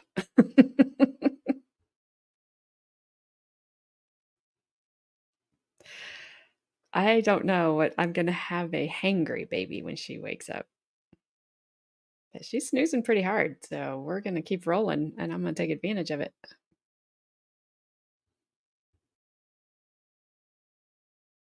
I'm going to show you what's already been admitted. That states exhibit 111. Again, is what I'm pointing to in this photograph, is that the IO line? Yes. And this area that's around it that appears like wetness, I think generally speaking, we'll look at defense exhibit, also number 8. Is it possible that this, based on your understanding of how these codes work, how people are brought in with IOs, and the emergency medical treatment they might receive, that whether this is saline or whether this is urine? It could be either. I couldn't say. Okay. So the fact that there's wetness on this bed, you cannot say that that is urine. Not definitively, no. Okay. And in looking at State's Exhibit number 111, does a diaper appear to be cut to you? Yes. And on which side of his body? Left. Okay. So this side of the body is where it's cut. Correct. So you can see the area of wetness kind of extending down here in State's Exhibit 1, and State's Exhibit 11, and State's Exhibit number 10, the wetness over here. The wetness that's over here, is that on the same side of the IO line? Yes. And with the diaper being cut this way, would you expect it, if it was urine, to go in that direction? Objection, Your Honor, this is speculation at this time. I'm gonna let her answer, considering her expertise. Go ahead. So in order for that to be urine, again, it's likely not coming from the diaper because the diaper is absorbent. So it would come from basically urination occurring after the diaper's cut, which would then travel kind of by least resistance, which would be most likely to the left since the right side of the diaper is more intact. So yes, I would expect it to be more on the left side than the right. But on this photo, you can see that the wetness is present on the right side of his body. Correct.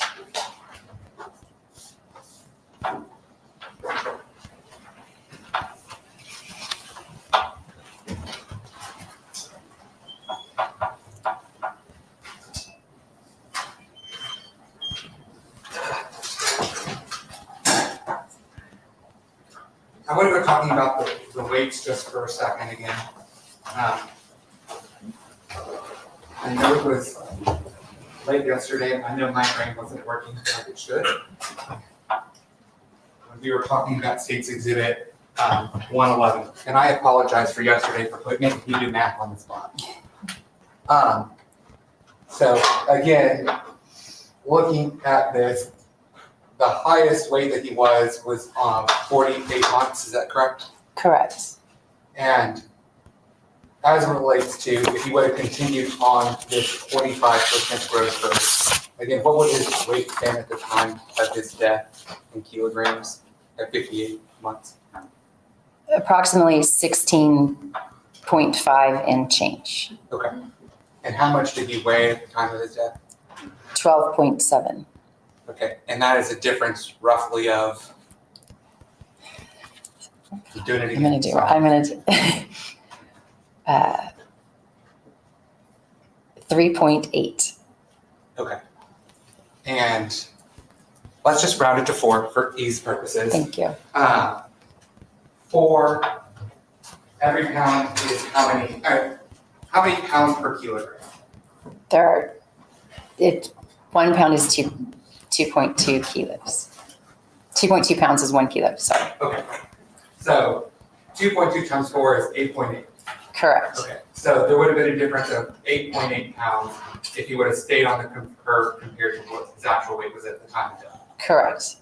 And 8.8 is approximately what 8.8 pounds, let's roughly say 9, is what percentage of 28 pounds, which is roughly his weight at the time of death.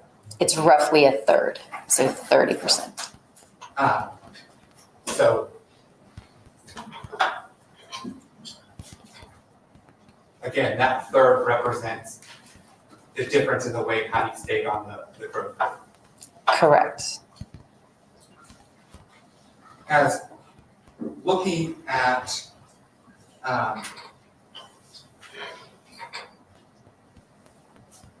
in your death investigation, were you able to review photographs of Benji? Yes.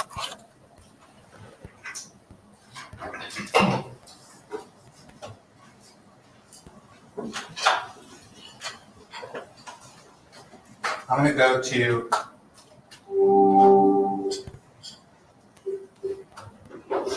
State's Exhibit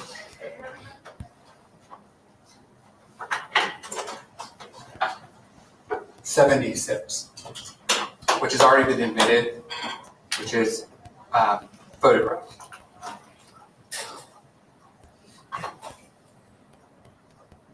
I'm going to show you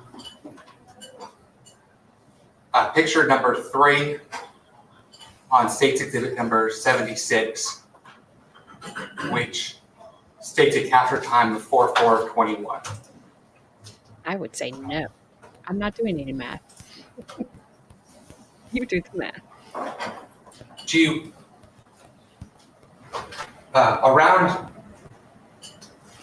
April of 2021, did you have a weight for Benji at that point? Yes, because that was his stepmother, and if they were both involved, if he was just as involved as she was, and he's the biological parent, then absolutely. If she was doing things and he didn't know about it, then no. I don't even know where the biological mom is. They really just kind of quit mentioning her. So he hasn't seen his biological mom since he was 2.5, I think what we found out yesterday. And she just is gone out of the picture. So the stepmother taking that video where he was begging for bread is damning on her for sure. But if they were both equally responsible for him, then to me, the bio dad, because he's the father.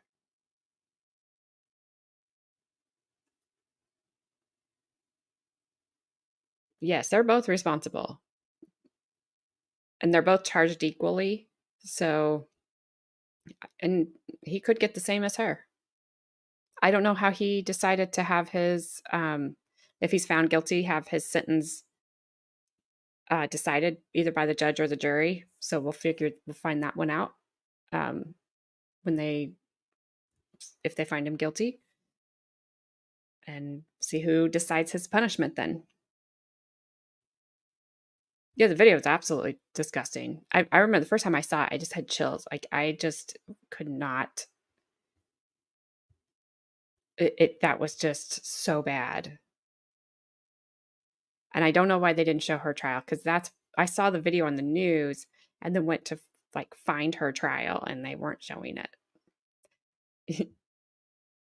Yes, George, 6 + 9 is that's what I would be like. You ask me to figure out things like that I can do, but you ask me to do something that makes me nervous in front of people, I'd be like, I have no idea. 2 + 2 is 6, 6, right?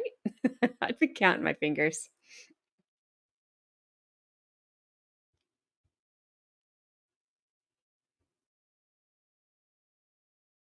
The closest weight I have would be March 25th Of 2021? of 2021 And how much did you weigh then? at 14.6. Which is the second highest weight you had for Benji as a review of your medical records, correct? Correct. And so on April 1st, or around there, was Benji growing at that point? No, Okay, so his body would have already been in the decline? correct from the trend. Okay. So looking at that photo, compared to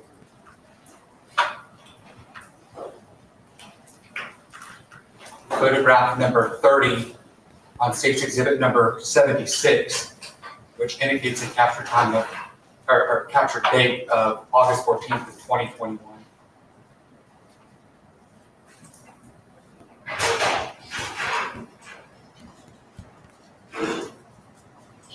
Cooperate.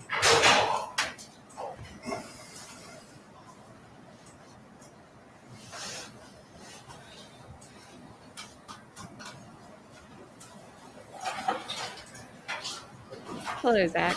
Tadpole is not here. Not yet. Are you able to see a difference in Benji's appearance?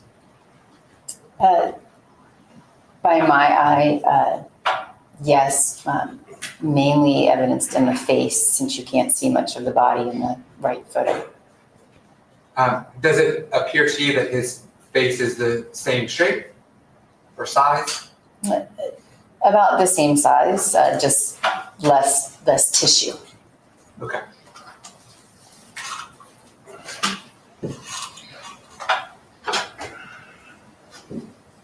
Now I'm going to show you what's already been admitted as State's Exhibit 94, which has already been testified to and was taken on July 20th of 2021. In this photograph, can you see any signs in this photograph that Benji may be suffering from malnutrition? Well, hello, Baker Raiders. You may not like this trial if you haven't been watching it. Hey, Baker, you really might not like this trial. It's a kid trial. It's a bad one. Good, because I'm hungry.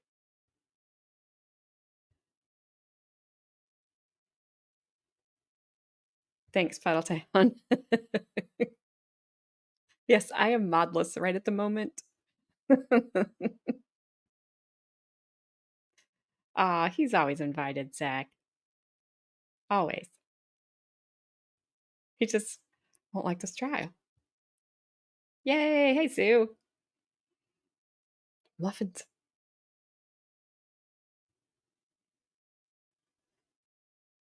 Hello, Iris. Uh-oh. I'm scared to know what your plan was. I do like you, Broken. Baker. I was reading something. Baker.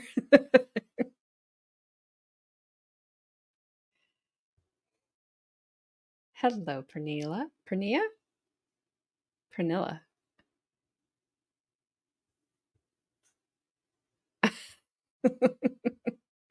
Well, there's that. Still waiting on that support there, Zach. So you guys probably joined at kind of a really awkward time. This is a trial of a dad who allegedly, dad and stepmother starved a 4-year-old boy to death. And they are going through some pictures right at the moment. I don't think we'll see, they're bad, don't get me wrong. They're hard to look at, so just be aware. And stepmother has already been convicted and sentenced to 25 years for her part in this.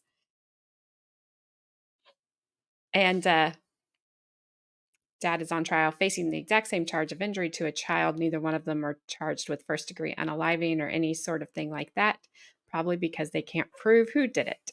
So I'll be back in just a moment. Let me go get her and get her bottle. I'll be right back.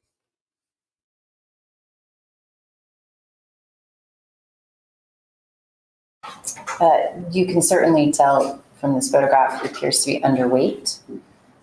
You can see the ribs from the back, as well as the scapular margins, the shoulder bone. You can see that outlined on both sides as well. Okay. And is there a weight for Benji around the time that this photograph was taken? I apologize, what did you say the date was? This was taken on 7/20 of 21. So from, I believe there's 2 weights from 7/21. One is, I believe, 14.6, and the other, I believe, was 13.8. And the 13.8, where was that taken? I believe that was from the Children's Hospital of San Antonio. I could be mistaken. Okay. And the 14.6, that was from where? The Pearl Emergency Room.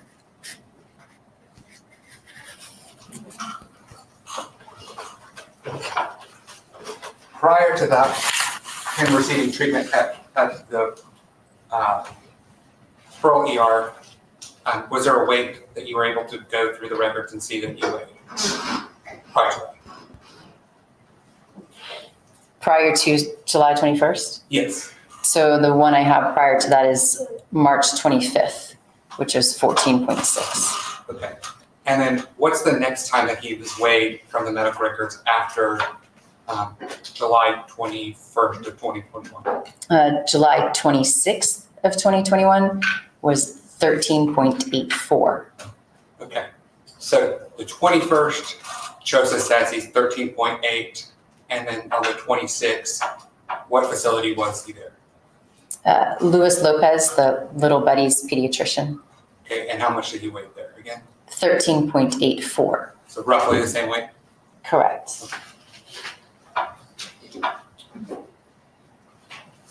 So, for argument's sake, 13.8 roughly here based on one of the medical records.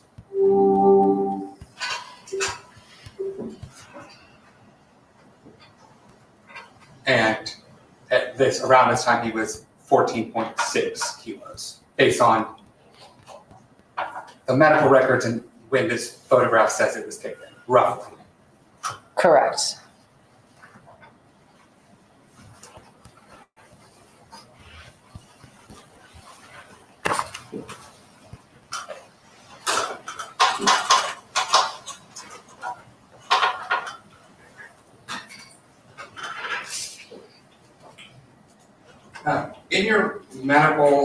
In your autopsy report, you indicated that there was cerebral edema, correct? Correct. And what is cerebral edema? That's swelling of the brain. And Would you have expected to find that during the autopsy? Yes. Why is that? Cerebral edema is a very common finding at autopsy when someone's undergone resuscitation. Cerebral edema is a result of the brain not receiving enough oxygen, which is an injury, and it will swell. So it's a very common finding that we see.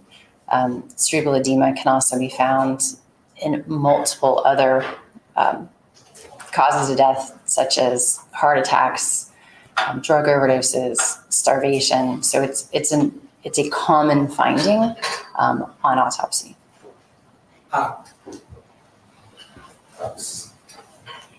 So was the cerebral edema a cause of his death? No, It's a result of his death. correct. Can cerebral edema be a cause of death? In a very, very specific situation, there is something called malignant cerebral edema that can be a cause of death, but it's very specific and it requires a certain set of circumstances in order for that to be diagnosed. You also indicated in your report that there was a lack of herniation, is that correct?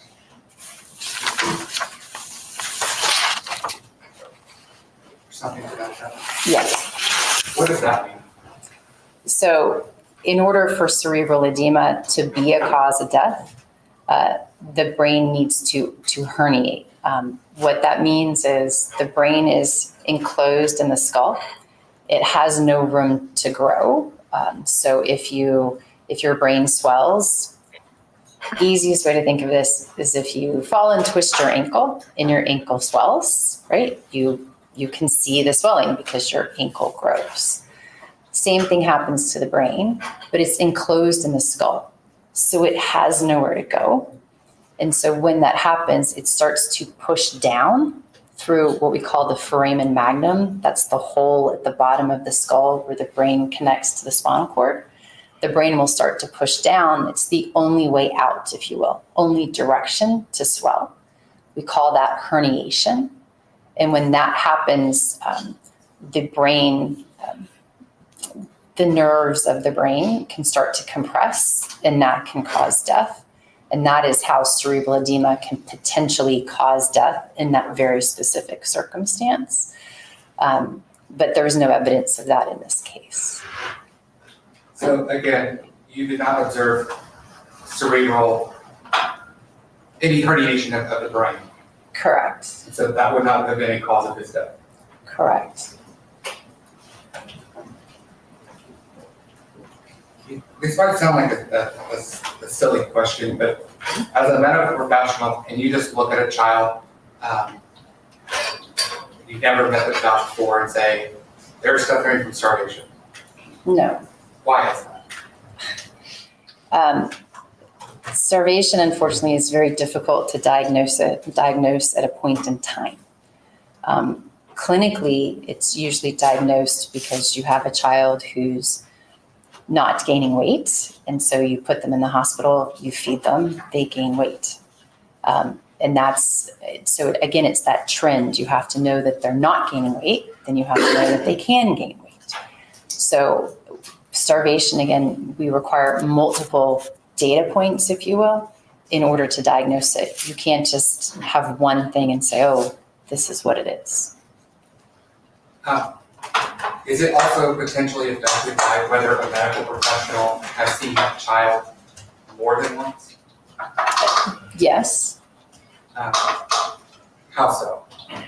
Again, if you have, say, a treating physician who's maybe the regular pediatrician who's routinely seeing a child, then again, they might be able to see that weight loss. And if they're charting it or they're looking at the child saying, oh, this child's falling off the curve, they have multiple data points to look at versus just looking at one snapshot in time. In your review of the medical records, does it appear to you that Benji saw the same provider within the last 10 months of his life more than once?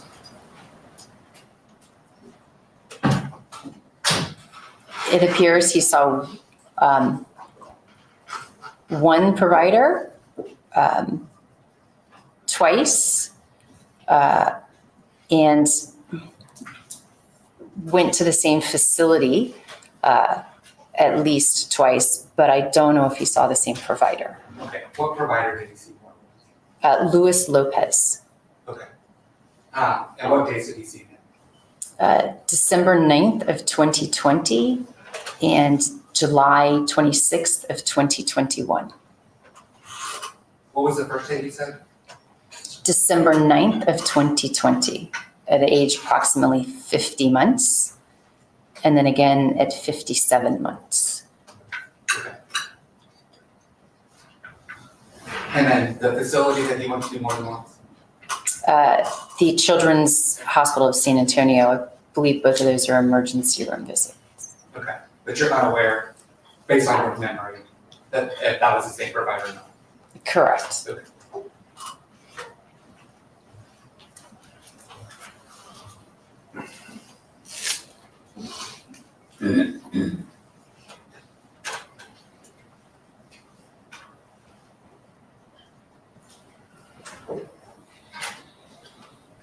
During the emergency medical treatment at the time of his death,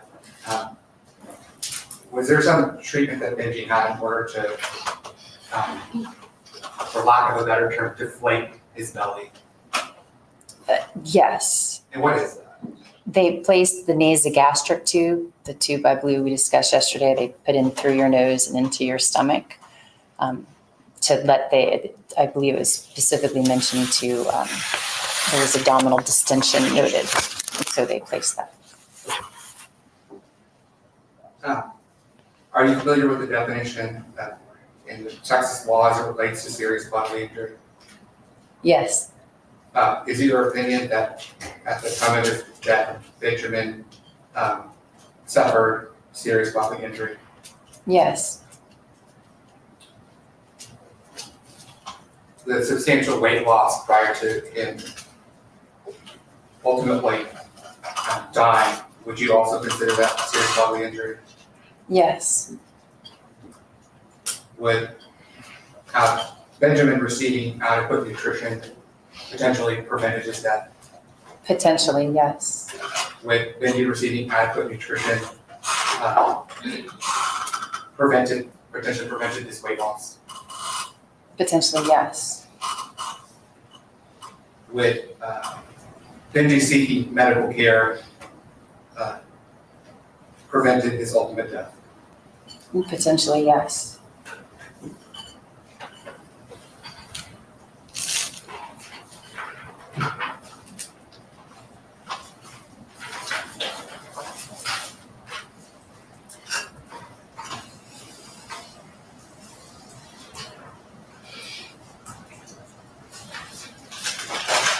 And ultimately, what is your opinion as it relates to Benji's cause of death That he died from starvation, and the manner of his death?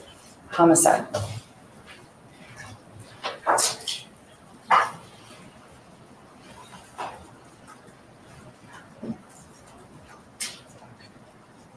I'll pass it to this judge.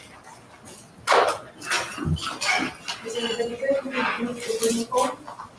Okay, I'm sorry.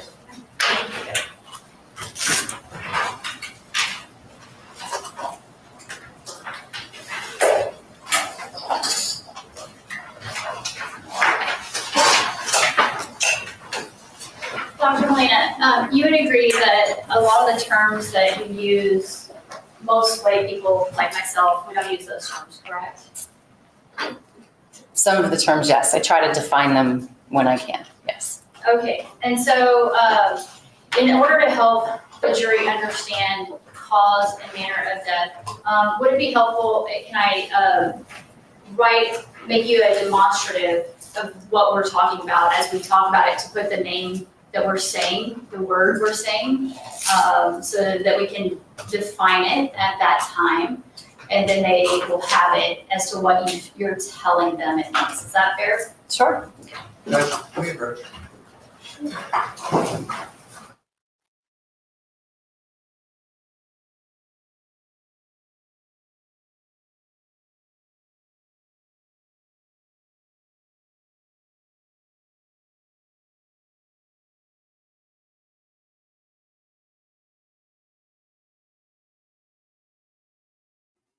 Sorry for the baby ASMR noises that you're about to hear. But again, if I haven't said hi to you from Baker's Chat, I apologize. Somebody woke up right when you guys all popped in. So thank you, Adair. I appreciate that. But we have some fast forwarding here. Oops, sorry. Not as much as I thought.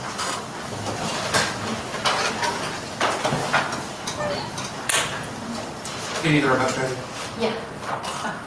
Are you just changing it to the camera? Yes, please.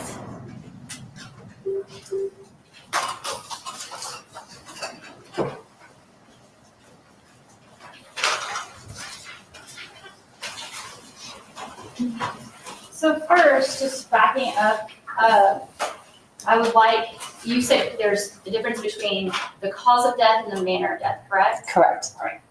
And so I'm just gonna write cause and then manner. Okay, so when we're looking at these, would you agree they're two distinct things? Correct. And when you're talking about the cause of death, would you agree that that's gonna be it comes up largely from your autopsy, scientific evidence, and it's more objective? Correct. I mean, they're both objective terms, but yes, cause from the autopsy and science. Correct. Okay, so this is going to be more of your expertise is the cause, correct? I mean, that's what you train on. Not that you can't come up with manner, I'm not saying that, but the cause is what why we have medical examiners come in and look at the body, correct? So medical examiners are actually trained in both cause and manner of death because we're trained in death investigation. I believe maybe what you're getting at is that cause comes mostly from medical school, whereas the training in manner comes more from our fellowship. So cause is based more meaning on medicine. Okay. Medicine. And then versus the manner, and yesterday you said there was 5 things, and only 5 things that can be a manner. Correct. Okay, and what were those? So it can be natural, Okay, accident, suicide, homicide, undetermined.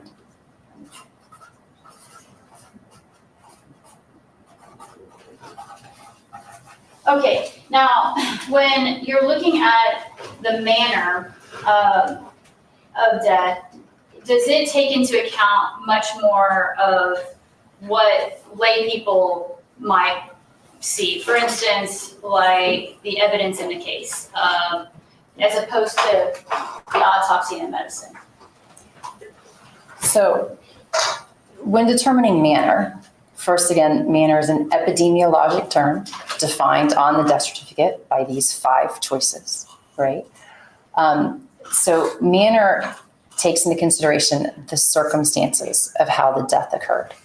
And so the autopsy plays a role in determining manner, but so do the circumstances. So if I may, for example, a contact gunshot wound to the head would be consistent with a suicide. So if the circumstances suggest that their person is alone with the firearm, there's a note of intent, and there's a contact gunshot wound to the head, that would all be consistent with suicide. However, if the circumstances suggest that perhaps another person took a firearm and placed it in contact with someone's head, and maybe there's a witness who saw this and pulled the trigger, that same contact gunshot wound could be a homicide. It depends on the circumstances of how the wound was sustained. The way that they can interact is, let's say a person is found alone in a room and there's no firearm present, and it's not a contact gunshot wound. It's a distant gunshot wound. It's much more difficult for that autopsy to be a suicide because it would be hard for that person to shoot themselves in such a manner. So that's how they play together. The autopsy findings can certainly help us with manner, but so do the circumstances in the investigation. So would it be fair to say, like, kind of how All right. So, those of you that are joining me, again, I apologize. I'm trying to feed a baby at the same time and keep up with chat. This trial is about a 4-year-old who was allegedly starved to death by his dad and stepmother. The stepmother has already been convicted and she was sentenced to 25 years. And then this is the trial of the dad, obviously. He's facing the same charge. There's both injury to a child resulting in death because they don't know who did it. And so we are watching the medical examiner's testimony. This just started her cross. And so it's going to be interesting to see what they say because they are blaming it on a medical condition, but she just went through everything and we didn't hear that. So thanks, Queen. I appreciate that a lot. Oh, I'm trying not to mess this up. And yes, Adair. He always sends nice ones. Baker's chat is awesome. So thank you so much, Queen Olive Ruth Ann. So I haven't been chatting because I've been sitting here. I have a bottle. I have a bottle and a baby in my hand, so I had my hands full. So I apologize, but that's what we're watching. Like I said, it sucks. I don't know why this keeps happening.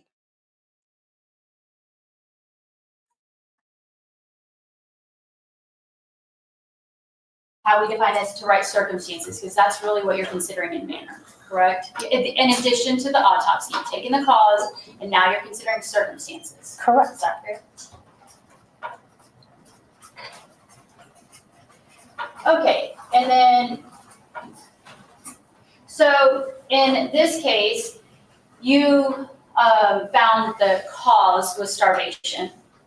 Correct. Okay. And you found that the manner was homicide. Correct. All right. Now, you would agree with me, though, that as a medical professional, or as any kind of professional, that at the end of this, your conclusion is your opinion, right? It's what you observed and the conclusion you came to. Correct. And so it's important to, would you agree to make sure that we document our work so that other people can evaluate it and confirm our findings or maybe point out things that we may not have considered, right? It's important to document our work, yes, but it's to document our findings. And why is it important to document your findings? Aside from the fact that it's the law under the occupational code, every physician must create a report to document their findings when they see a patient. It's important to transmit that information to others. For instance, if you see your physician and then you go see another physician, the second physician will look at the first physician's notes to see maybe what tests have already been done, so that they either don't repeat tests or can move on with their evaluation. Now, you testified under oath 2 weeks ago. Do you recall that? At the hearing, yes. Yes. And do you remember me providing you with a copy of the documents that your office provided my office when we requested a copy of your file? Yes, I believe you showed me a copy of our file. Yes. And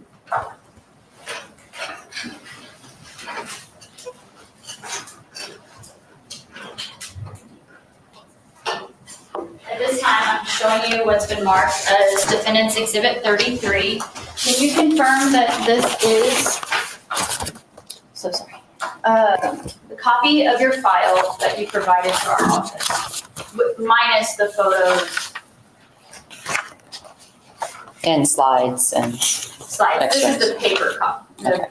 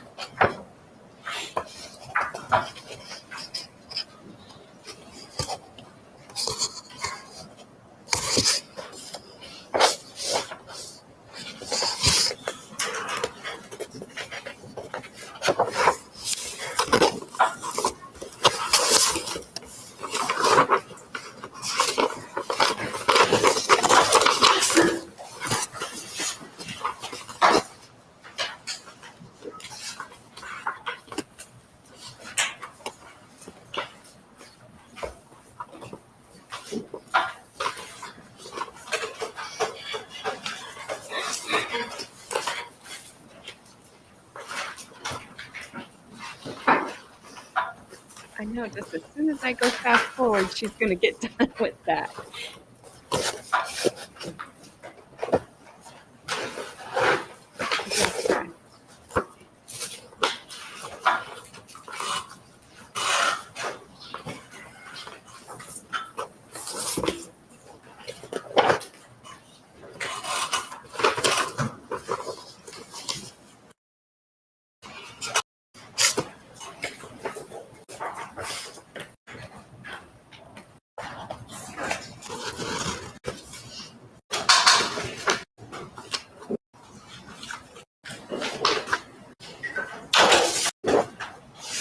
Okay. File, with the exception of an open records request that appears to have come in after this was created. It also contains our entire toxicology file information, which I did not bring that file today. So, excuse me, I can't match that.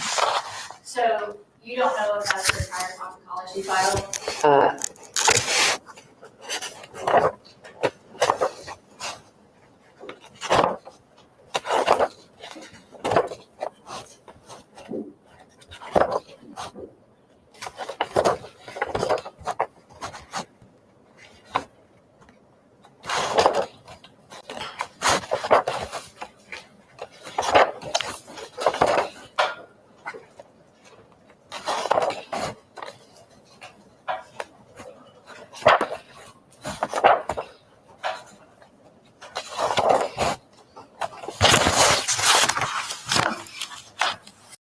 Well, lucky, I guess, I think. I don't know. I've never had a hurricane day. Stay safe, though. All of you down in Florida or anywhere that storm's coming through, please stay safe and enjoy your hurricane day if you got one. Lucky.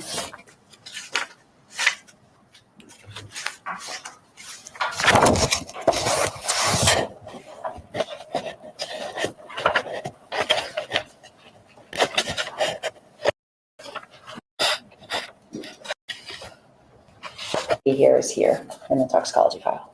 Okay, thank you. And so I apologize, I must have made a correction. I misspelled. I'm sorry. About that. And then, so, at this time, I'm asking defendant's exhibit 33 to be admitted.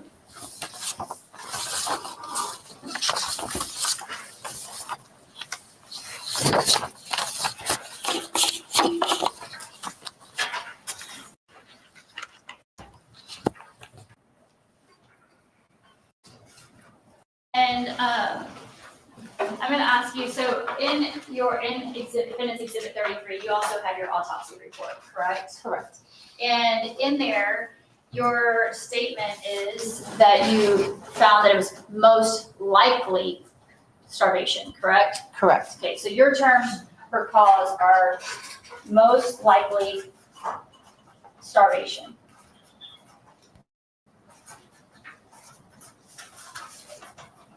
But would you agree with me that starvation is a process of exclusion when you come to that conclusion? It's eliminating all other reasons for the malnutrition. paired with investigation. So there's some inclusionary and some exclusionary. Right, but I mean, you have to exclude other things, as you have to take into consideration other theories that might have happened, and rule those out, correct? Correct. Okay, and in doing that, can you find in your toxicology report, the ketones that were tested?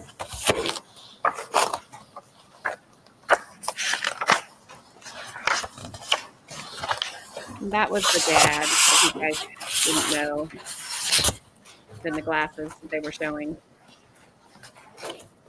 So you want the data? Yes. You just want to. Okay, now, so out of the ketones, was acetone tested? Yes. Okay, where is that? So you have to know what's on our panel. And so what you're looking at here is a gas chromatograph. And what you're looking at in a gas chromatograph is that there are peaks where the different drugs or chemicals will show up. And the absence of peaks means there are.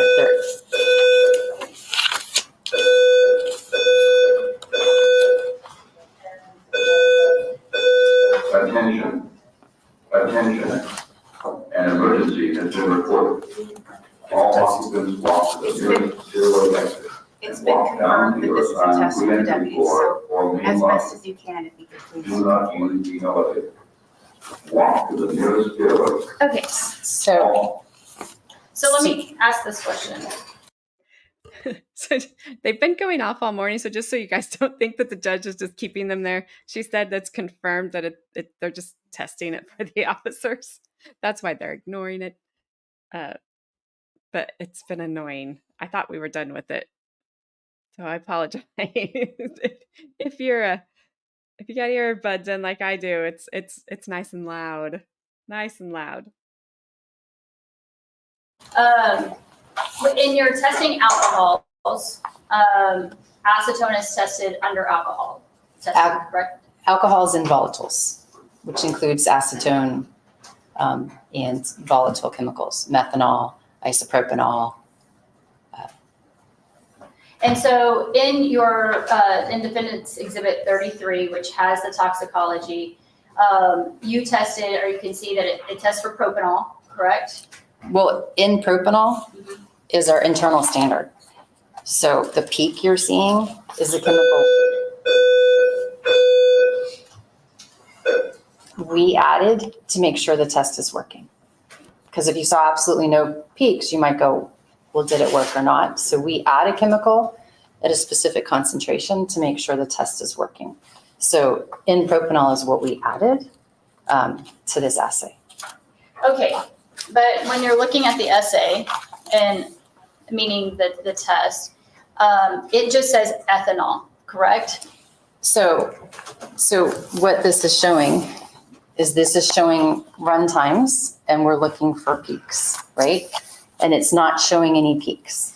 In this particular one you're looking at, there's a teeny tiny little blip that the computer picked up where ethanol might be, but it's actually not real. And we know that because we look at these run times, areas, and heights. So again, we have chemists who are trained to do these tests. You have to look at where the peak is, the size of the peak, right? Where it comes out to determine if it's really the specific drug. So in this particular case, there really aren't any peaks here. So that's why on the testing, it says none detected. There's no other peaks detected on here of significance other than the one we created. Okay, so let me ask it this way. When you test for alcohol, give me the items that you're testing for in alcohol. I would have to look at our list, but there are literally hundreds of different drugs on our drug screens. I can't name them all for you. On our alcohol screen, the main drugs that we look for on that screen are ethanol, which is drinking alcohol, methanol, isopropanol, acetone, We look for volatiles, so those are your butanes, your iso fluorocarbons. There's many different drugs that we look for on each of these screens. Okay, but acetone is one of those, correct? Correct. Now, going to your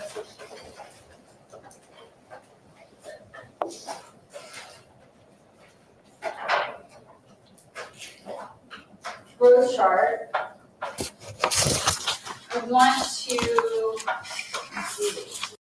Also, it appears the strobe is going off. So if you have any sensitivity to light, I know like my daughter was watching yesterday and they were taking flash photography. She had to look away. So just be aware that when it seems like when they go back to the defendant here, that fire alarm strobe it is flashing, just in case. I don't want to like set anybody off.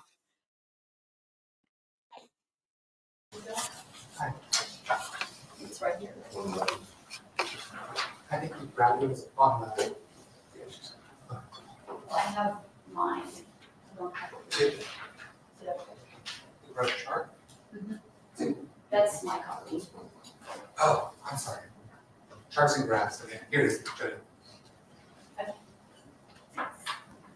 All right, so let's talk about the data. When you say you did your graph chart on, it's in States Exhibit 10, correct? It looks like 110. 110, yes. 110. And in it, your data points, you noted that you got verbal stuff from CHOSA, like for your data. Would you see that where it says CHOSA 1518, verbal from Dr. Callahan? Callahan, yes. Okay. From CHOSA, I'll just say it's from CHOSA. Okay, so you called in and got this data, correct? So actually what happened was we got the records from CHOSA. We requested all of the records. And when I looked at each of the records for each of those data points, I noticed that the height and weight information was missing from all of our files, which told me that perhaps we requested the wrong document. We usually request a physician progress notes.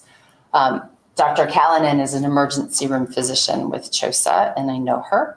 So I called her and I said, we obviously requested the wrong information because I have the information of the visit. I know why the child's there, but I'm missing what we call the vital signs, right? The heart rate, the blood pressure. Where is that data so that we request the right thing from CHOSA, right? And she was kind enough to actually give me the data points I was requesting for each visit because she could see it on her computer screen. So I didn't have to go through another records request. When did you call her and get those weights? I couldn't tell you the exact date, but I could tell you that it was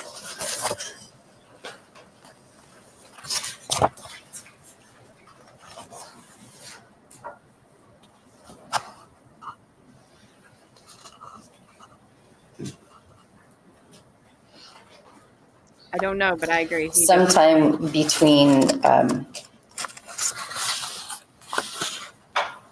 likely between December 13th when we received the CHOSA records and January 6th when we requested more CHOSA records but actually knew what to request. Okay. And so, so this isn't at the time of autopsy, correct? Correct. But you were able to call CHOSA and over the phone get those weights. Correct. And so you testified earlier that he had only seen the provider CHOSA twice in that year, or in that, I think the state used the term 10 months, right? If it was 10 months, correct. But in fact, CHOSA throughout his lifetime has seen the child by your logging is, let's see, 1, 2, 3, 4, 5,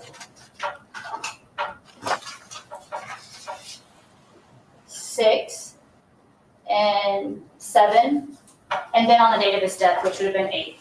So, but 7 times prior to his death, he saw CHOSA, correct? During his lifetime. And so any doctor working at CHOSA is going to have access to his history, correct? They should, yes. And on 7/21/2021, which is right here, correct? Yes. That would have been 50, he would have been 56 months and 3/4. 56. Correct.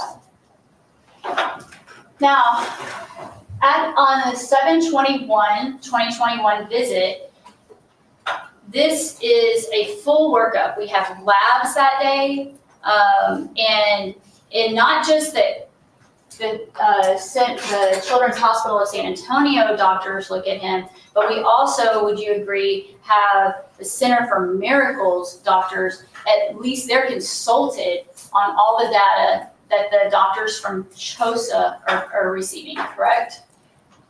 That is my understanding. I actually don't have those records. You don't have the 7/20? The Center for Miracles. You're asking about the Center for Miracles consult. Oh, okay. But they're referenced in the CHOSA records that the jury has, correct? Because I believe so. I can't memorize what's in all those records. fair.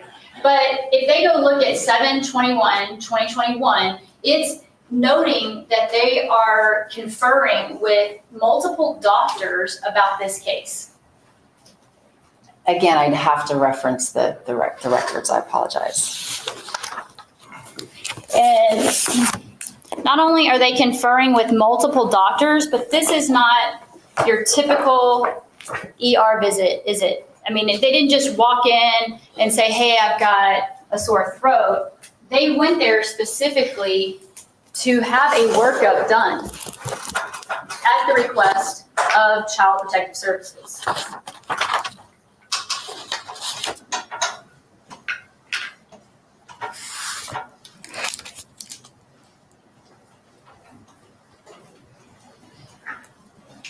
That is true.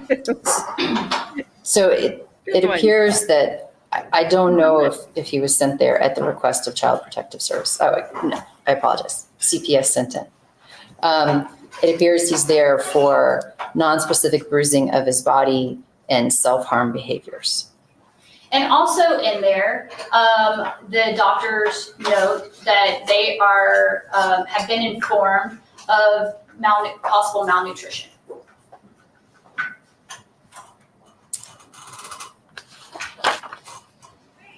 It says, I'm not sure about concerns for malnutrition. It says previously struggled to gain weight, requires nutritional shakes to gain weight appropriately, greatly increased appetite.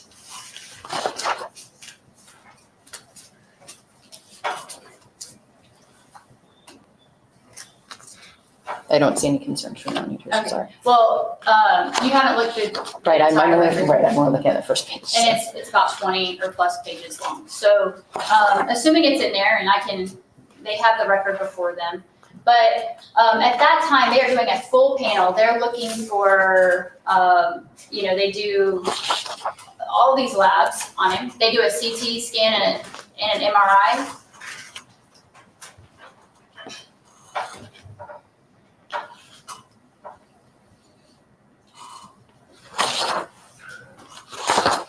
Our minds are blown just by that one comment. Are we going to be questioning about these records for a little bit? Okay, let's go ahead and take a morning break to allow Dr. Lining us to review the records. We're going to Yeah. I don't know if I must, is it Rona or Rana? But you blew our minds with your comment there because you just tied that all together. You say, excuse me. All right. Let's fast forward. Court's only a half day today, so they're going to about noon that time. So it's not like we have a whole day to catch up on. We needed to finish up yesterday's medical examiner testimony. That's why we are behind. But they should be finishing up. I'm showing you what has been marked as Case Exhibit 102, and it's turned to the visit that is documented on July 22nd, but I believe it starts on July 21st of 2021. You've reviewed those records, correct? Yes. Okay, and at this time, if you need to step down, I'd like for you to read what the chief complaint was. So just the first part of that initial comments The first or and second. up for stated complaint? So the Where it chief says complaint- initial- oh, go ahead. I'm sorry, chief complaint is listed as I complaints. That's why I wanted to. Okay, and then what are they told that they're gonna be basing their, the initial comments to the doctors? So just the 4-year-old, without reading the whole thing, 4-year, 9-month-old boy with history of speech delay and previous failure to thrive, here for chief complaint of bruising. Patient was seen by another doctor earlier today who noted that the patient had bruising around his eyes and some other non-specific bruises on his bodies. They recommended that he come here for further evaluation. And then, can you continue, please? An anonymous Child Protective Services report was filed prior to arrival. Parents say that for the last 2 months, the patient has had intermittent self-harming behaviors at home. These occur when the patient becomes No apology necessary. You just you solved it. That's what you did. Thank you. Now we don't have to think about it anymore. We didn't realize we were thinking about it, but now we know we were. Because yes, you just blew all our minds. upset or throws a tantrum. They say that he hits his head on the ground or throws his body into things.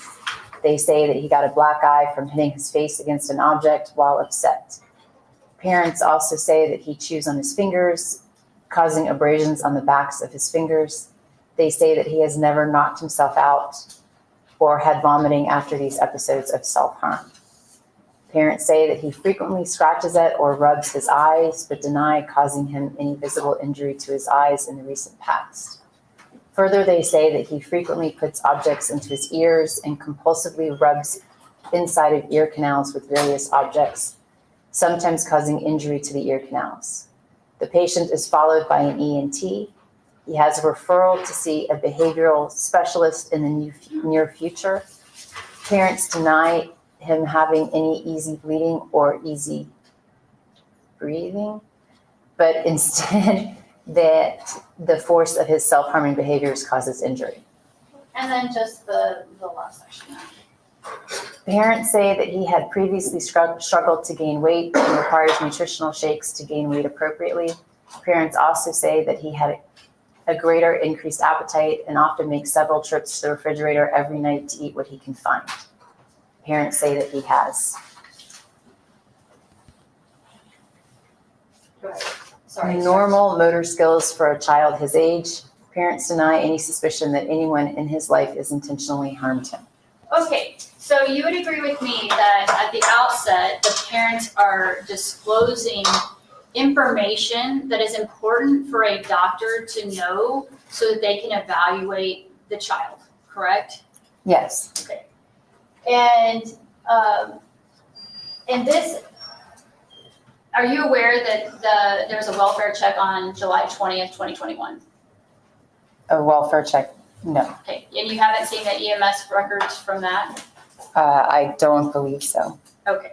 And you're not aware that officers went out and actually interviewed Benji and Brandon at that time at their home about these injuries, are you?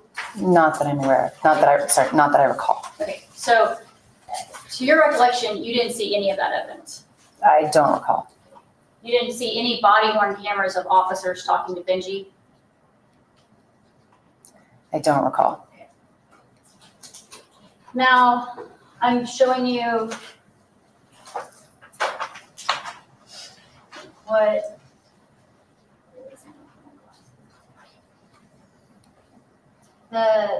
is it CTM? That's the Center for Miracles that Okay, you asked about. so you could tell from the records that Center for Miracles was consulted. It appears they were consulted and agreed with the workup.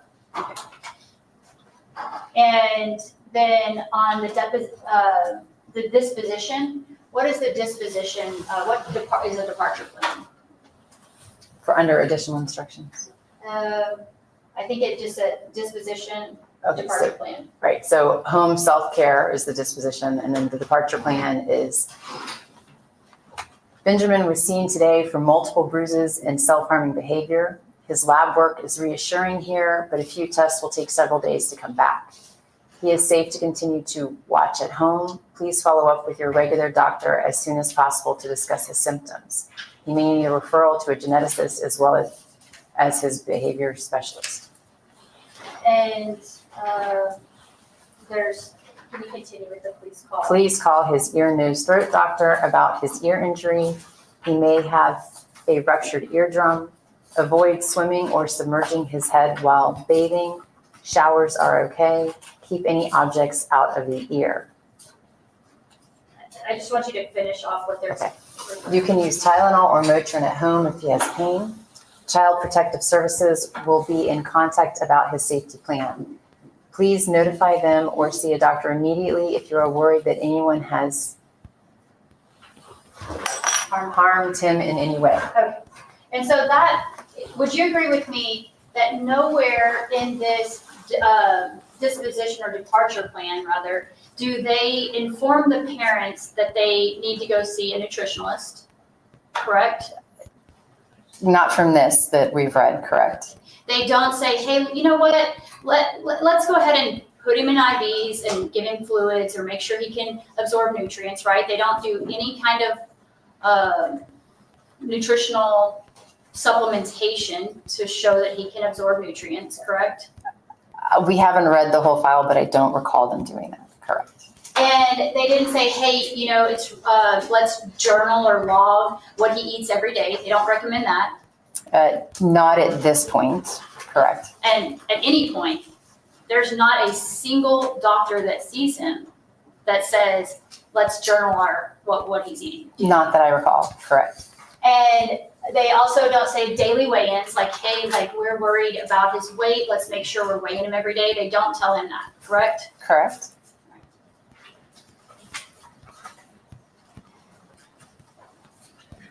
And then also the CT scan, they had a CT scan done. Of his head, correct. Okay. And it came back negative.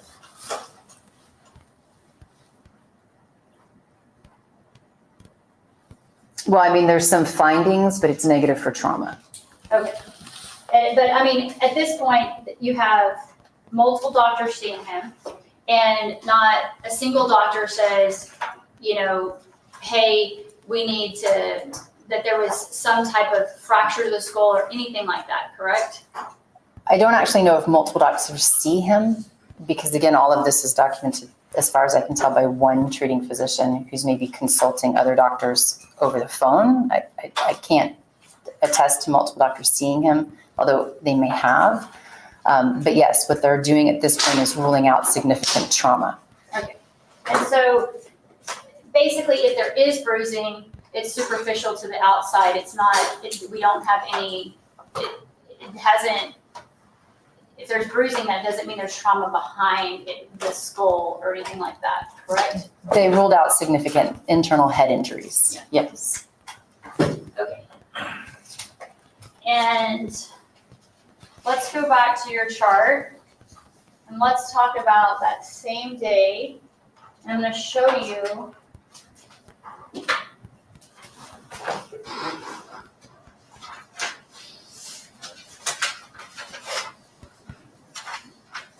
the show set from 7/21/2021, and then also the Pearl ER of 7/21/2021, right? So you testified earlier that they were the same date, and they have two very different weights, 14.6 and 13.8, correct? Correct. All right. And so, when someone asks me about how much something weighs, I relate it to pounds, not kilograms. So this is super confusing for me. So I want to make sure that we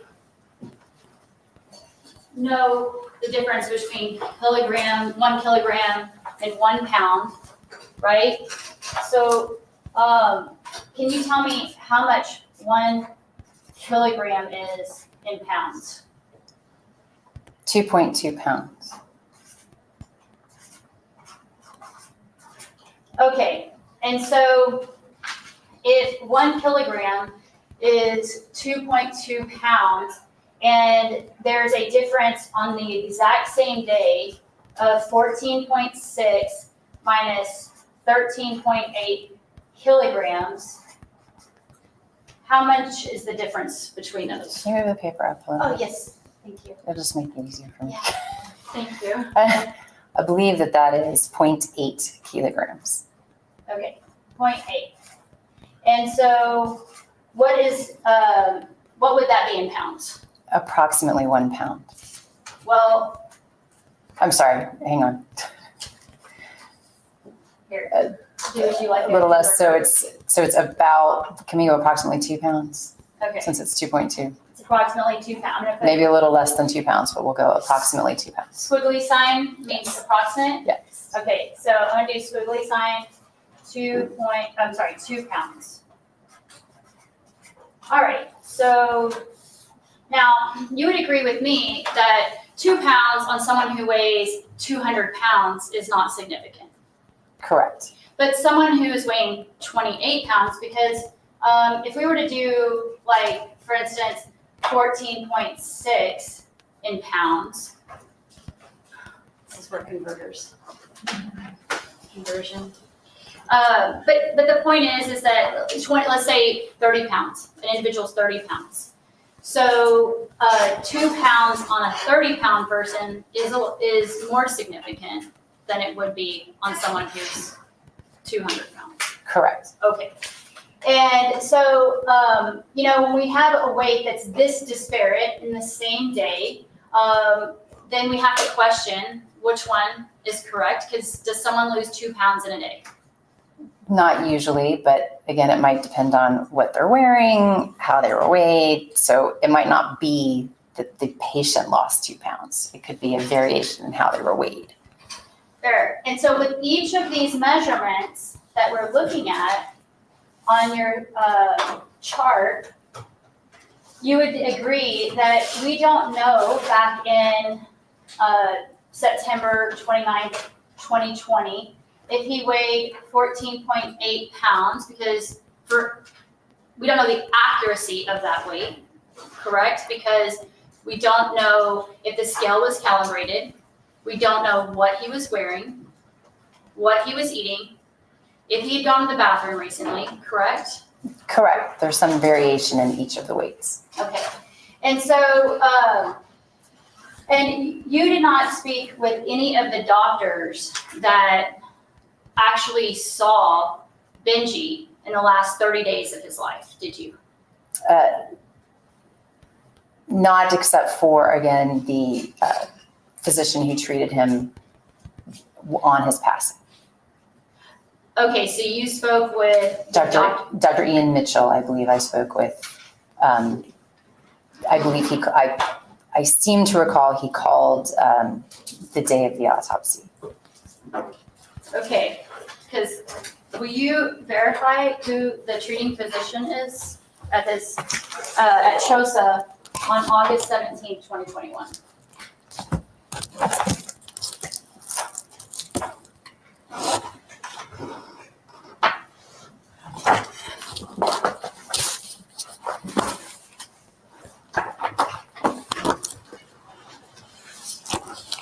I apologize. There's a lot of binders in this trial. So many binders.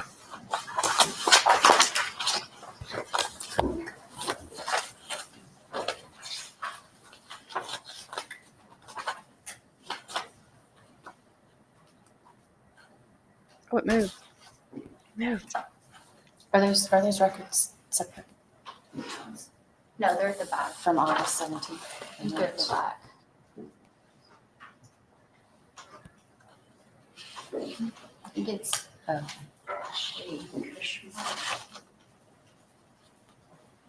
Oh, no, you're right. Sorry, I was looking. So,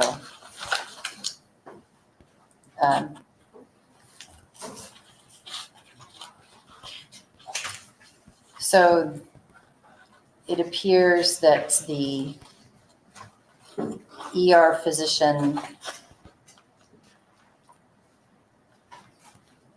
It appears that the ER physician is Dr. Kumar and the consulting physician is Dr. Ian Mitchell. Okay, so the consulting one, but the one that was actually in the ER with the child, you did not consult with. Dr. Kumar, no. And then you say you did speak with Mitchell? I seem to recall I spoke with Dr. Mitchell. Now, in your, I'm sorry. In the packet that you provided, there's an investigative report, correct? Correct. And that's in Defendant's Exhibit 33. In the investigative report, you list what you do on the case. Is that right? Correct. And in there, can you tell me whether or not you noted that you talked with Ian Mitchell? No, it is not documented. Okay. But let's also talk about then, did you at any point review CPS records?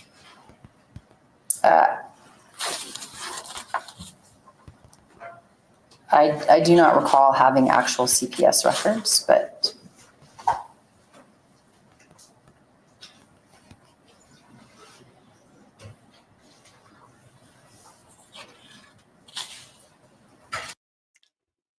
So they showed body cam footage yesterday from the house, or from the apartment when they went to visit and check on Benjamin, the 4-year-old.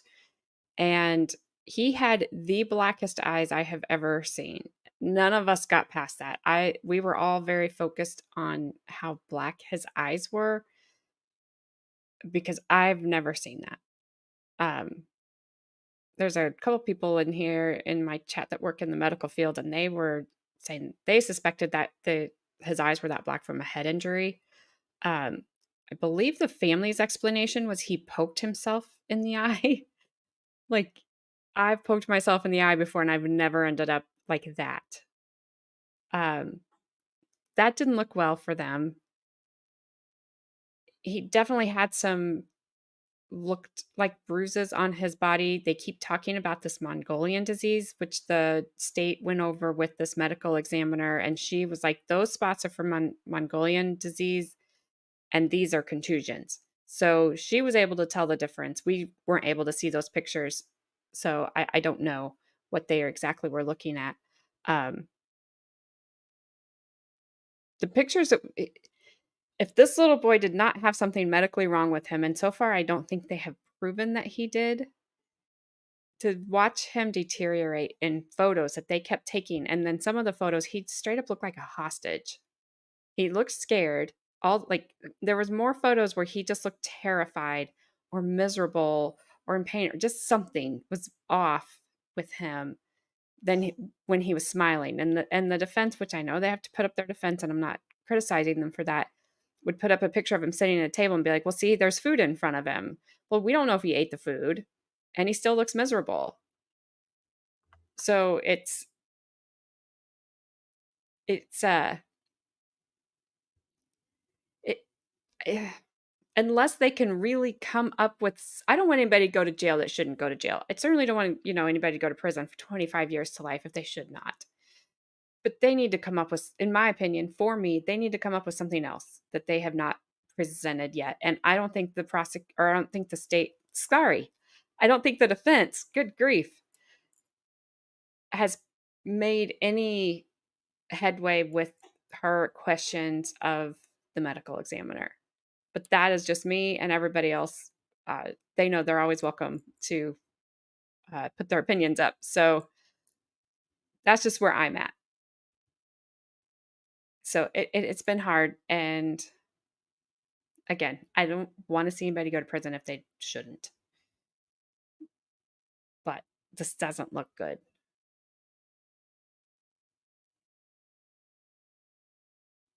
Also, one other thing. While the police were there,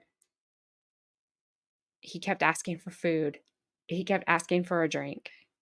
He was allowed to get a couple of things. I don't think he was ever allowed to get any food. And the police officers and I think the EMS person themselves were in the kitchen. You can see them on the body cam footage. Like, they weren't talking, but they were just using hand signals that like he looks like he's been punched in the eyes, and they were talking about the eyes, but they didn't take him. They left him there. So I don't know. That was also another big discussion we had yesterday, but it's difficult.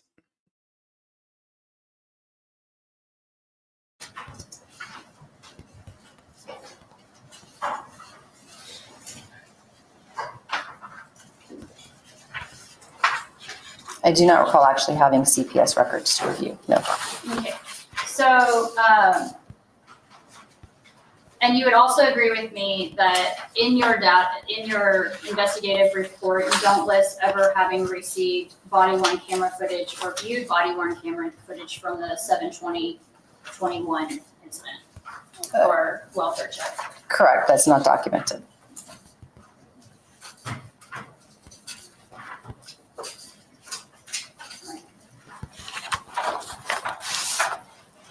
Now, if you indicate that body mass index is important, it is an ability to take someone's weight and height at that moment in time and come up with the BMI, correct? Correct, the body mass index or BMI is a calculation using weight and height.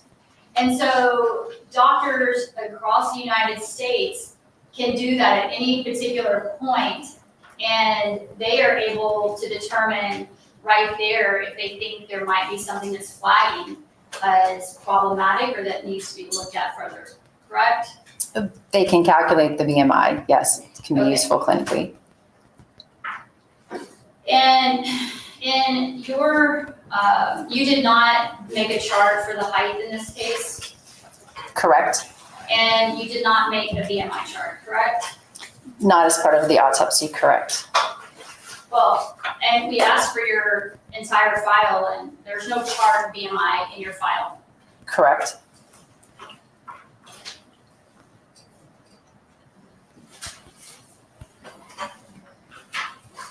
Now, in 2021, your office was short-staffed, correct? Correct. Significantly understaffed. We were understaffed, I don't know if significantly. Well, did you make statements to the media indicating that y'all were understaffed? Judge, it's my move to the documents. Overruled. You can answer, sorry. Yes, And in fact, you were asking for additional funding because y'all were understaffed. we were asking for different additional positions, I believe, although the 2021 timeframe is, but yes, we were asking for positions. Yeah, because what's going on at this time? We have COVID, right? Correct. And so y'all are having an increased influx of autopsies that are needing to be performed. Our caseloads increased, yes. We had more in deaths that we needed to investigate. Okay. And that then eventually your office is put on probation because it's put on probation, correct? So our name accreditation, so our accrediting body, which is the National Association of Medical Examiners, changes our accreditation status to provisional because of our caseloads, yes. And when did you get put on probation?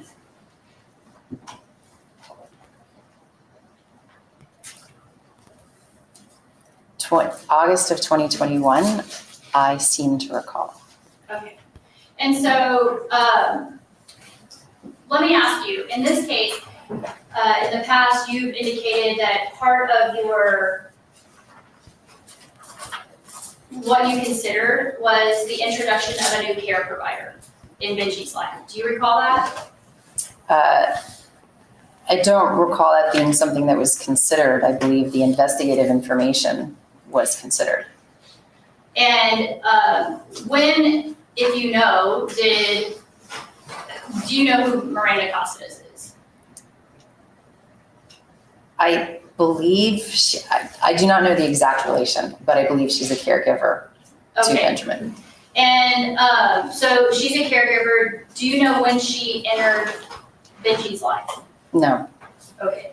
And so when we're looking at that graph that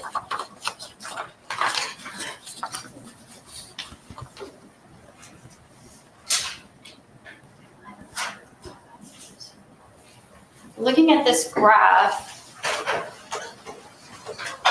that is your graph. You're not aware of when Benji came to live with Brandon, first off, correct? Not exactly, no. Okay. So if the data or the information and facts are that he came to live with Brandon in January of 2019, what month would that make him? By looking at your chart, can you tell?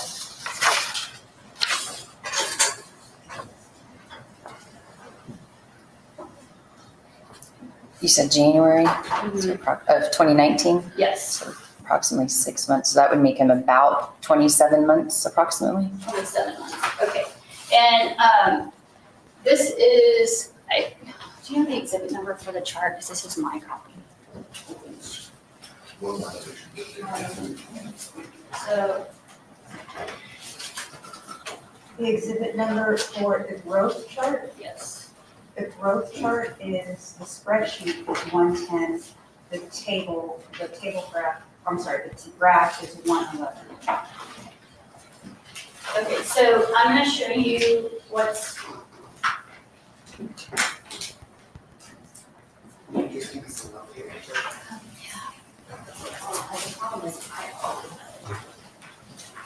don't think it's up there. I think it's right here.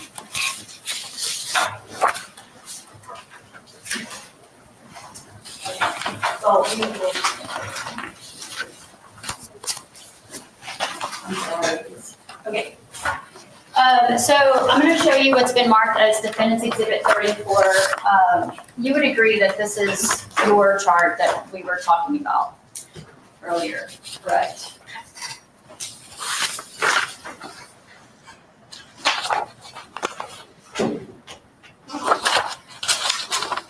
So this is the chart that was That we admitted as correct. 110. Correct. Now, going off of that, I'm gonna use this so I can mark on it, because I can't mark on an exhibit that's already been admitted. So I'm showing you what's been marked as Defendant's Exhibit 34. And you said what month is January 2020 and 2019? January of 2019, I believe we said, so June of 18 was approximately 27 months. Okay, and would you agree with me that 27 months would be about here? Is that fair? That's fair. Okay, so I'm gonna place a point here, and I'm gonna write January 2019. Okay, now, so if the facts in this case show that prior to January 2019, Brandon didn't have Benji, and then he gets Benji in January 2019, and he has Benji from January 2019 until he passes, right? How long is that? You said 27 months? So that's, and he passes at 58 months, so approximately 30 months. Okay, so he has him for 30 months. And can I write 30 months here, just so that we can write 30 months? And this is where the chart ends, the last period, the 58 month right here. I guess it's a little bit in from 60. Right. Okay. All right, and this would be August of 2021. Is that accurate? Correct. Okay, so now looking at this, we break it up, and we start to look at these dots that you have put, the lighter blue, those are the data points that relate to your chart. They relate to Benjamin. Correct. The chart that you created. The spreadsheet, correct. And so you can see that in Brandon's care, he actually, at least according to the data, shows that he's doing, he's doing well. He's getting off of the 5th percentile line, correct? Correct. All right. And then the issue I want to point out is there's two dots on this entire thing that are off of the 5th percentile. Would you agree? There's this That dot. are above the 5th Yeah. percentile? Correct. Okay. And so those also could be anomalies, meaning that the weights that were weighed in are skewed by either wearing a jacket, pants, as opposed to shorts. So we can't say with complete accuracy that even those data points are his curve. It's possible. Okay. Now, at this stage, Your Honor, just for demonstrative purposes, I'd like to ask that Defendant's Exhibit 34 be admitted. Judge, we have to be fully admitted into the record that if it is admitted as a demonstrative. That's all you're asking, Ms. Sawyers, correct? Yes. For demonstrative? Defendant's Exhibit 34 may be marked note on the record as a defense demonstrative. Yes, ma'am.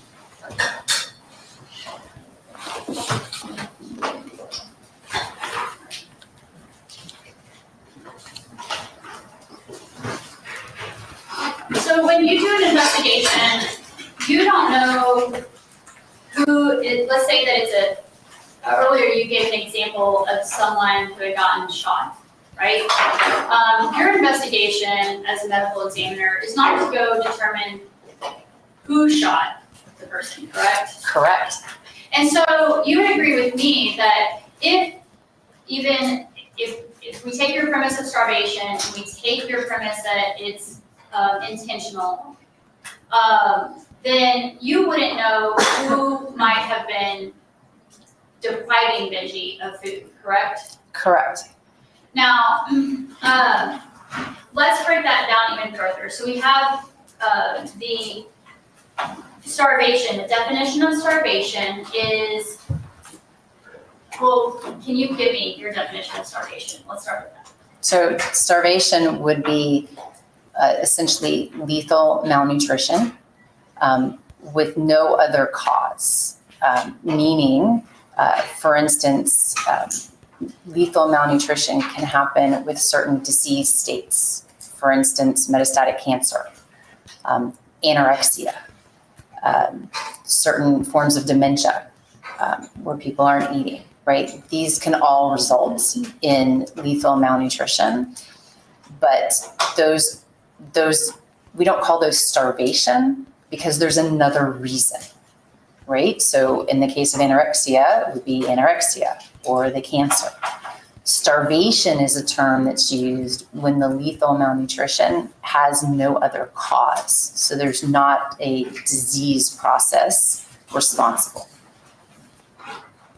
And you would agree with me that in the last 20 years, there's only been 2 cases through the Bexar County Medical Examiner's Office that have found starvation as the cause. Correct. All right. And one of those, you were not the only one that you have worked on. Is this one? The only autopsy I performed is this one. Okay, but there is the other one, the prior one, and that was, would you agree, back from 2003? Yes. Okay. And did you sign off on that autopsy report? I believe so, yes. Okay. And so at this time, I'd like to provide you, so in reviewing that report, would it help refresh your recollection as to the age and weight of that particular individual? Yes. And I'm showing you what's been marked as Defendant's Exhibit 35. So is it Polasmom? Pololas? I'm sorry, I'm probably torturing that name. So it was a stepmom. I don't know where the biological mother is. She hasn't been in his life since he was 2.5.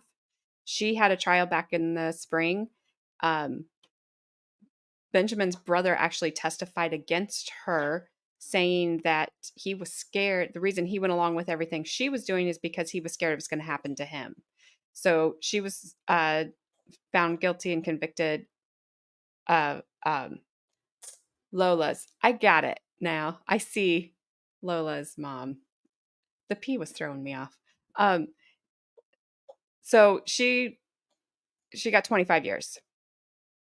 So I have not heard that she will be here to testify against him, but they are doing the whole finger pointing back and forth. The other children were fine. Yes, it's another one of those things. I'm sorry, I'm trying to hold this bottle. It is another one of those things where there was other children in the house and the other children were fine. Absolutely. 100%. Yes. 25 years. Yep. So he could get the same. He could get more. He could get up to life. He could get nothing. I don't know. It's awful. Awful. Because it's such a painful way to go. You're welcome. I am so sorry. I just started taking care of my granddaughter this week. She's 12 weeks old. And so it's been an adjustment for my streaming life for sure. So I apologize. I won't have her every day though. So I won't always be this distracted.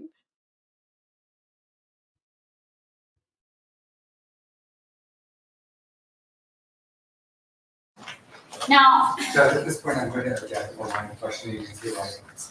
Your Honor, it's relevant because out of the two, these are they're the same age, and it would help the jury to understand.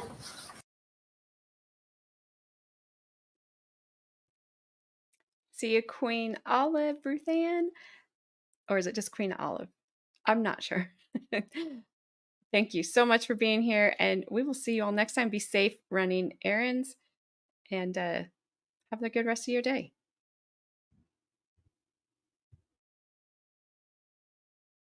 And evaluate. I'll give you some reward resources. Thank you.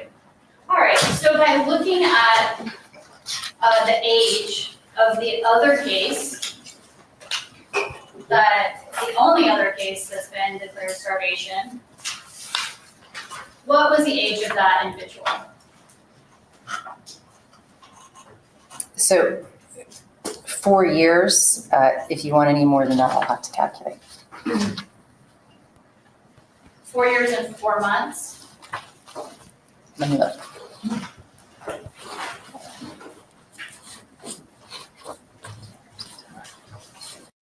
Thank you so much. You're my favorite person today. No, this is my granddaughter. She was actually born on my and my husband's wedding anniversary back in June.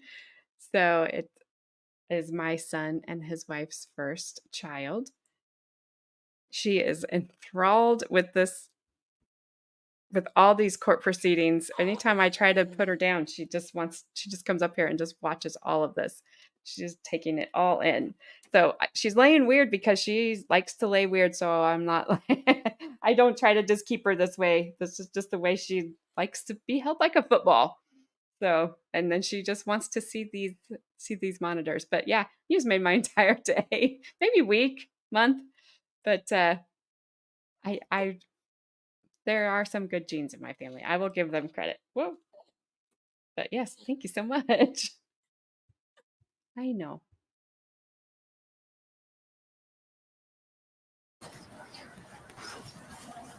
Approximately, yes, 4 years and 4 months.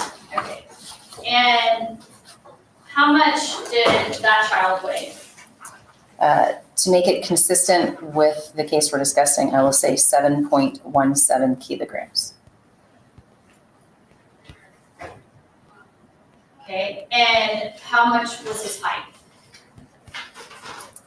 36 inches.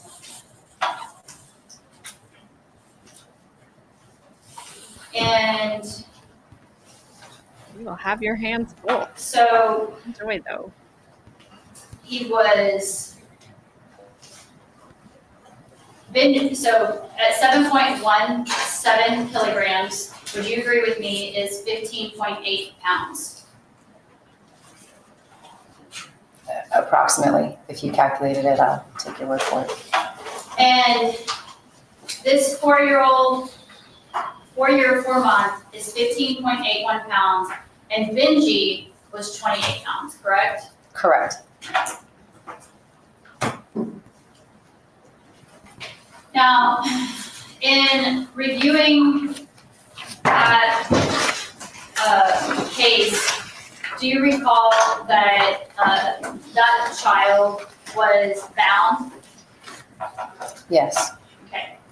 And in reviewing that case, do you recall that that child could not physically get up and walk?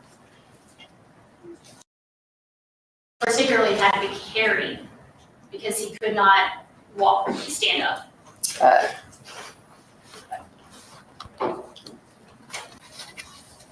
I apologize, I'm reading the investigative report.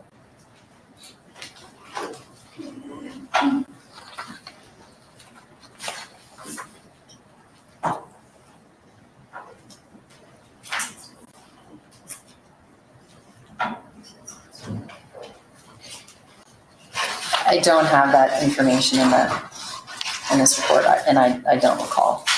Okay, so, but at the time, y'all would have had access to the investigative report as well from the police? We would have worked with the police as far as the investigation, yes. Okay. And so, does your office still maintain photos of, from autopsies?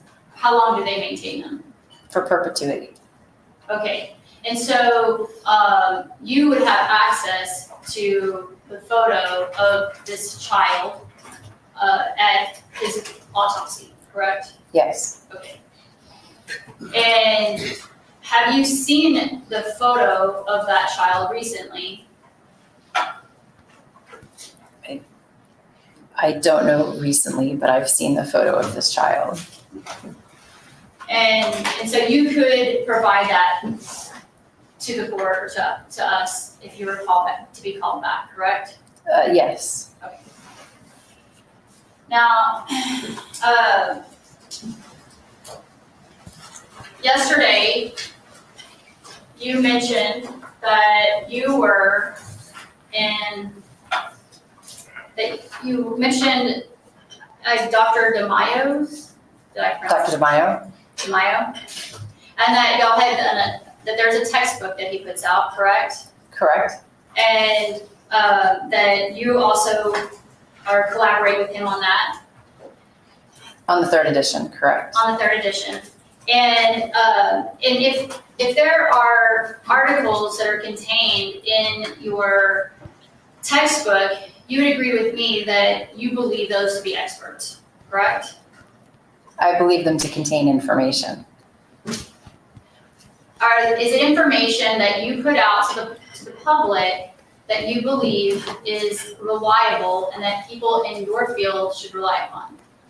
Well, I mean, it's anytime you look at an article or cite an article, there's obviously information that you're trying to convey from it, whether it be a study or a theory. So you're just conveying that information. I wouldn't necessarily say that anyone's an expert without knowing specifically the article and the person, but I mean, certainly there was information in those articles to be conveyed. And but I mean, the point is that you've put your name on it. You've considered whether it's valuable information that should or be considered or be relied upon. Yes? Correct. And then in that, you say that there was a starvation chapter, correct? I believe there's a chapter on dehydration and starvation. Okay. Is it is it entitled deaths due to electrolyte abnormalities and starvation? Oh, yes, that is the chapter. Okay, and in that, there are photos of what let me ask you a distinction. Someone who is emaciated versus cachectic. Is there a difference? Not really. They're both terms used for a very thin person, like extremely thin. Extremely thin, right? I mean, so thin, like cachectic, that's what, when you see cachectic person, that's what we would think of when we think of Nazi concentration camps with, is that fair? Certainly, if you think of people at Nazi concentration camps, you could describe them as cachectic, yes. Okay. And so if someone is cachectic, and I will write that word out here in a second, hopefully for you all. But if they're cachectic, then, and they're found to be, it's a sign, like, you would recognize a cachectic person if they're standing there. It would depend. I mean, it would depend on clothing and can you fully see them? But it is a descriptive term that we use, again, to describe people who are extremely thin. So at autopsy. I don't know what word she's using. It sounds like she said decrepit. Because she's not saying, I don't think she's saying decrepit. I don't know. And I can't, there's no closed captioning, so I can't, not that they would probably catch it anyway. But I don't know. So if anybody knows, please type it in the chat because we're confused. Yes. And so if there is a cachectic person, it doesn't mean that they've actually died of starvation. That might obviously is correct. Correct. Be cachectic and not die of starvation. As the cause of death, correct. And in someone who is cachectic,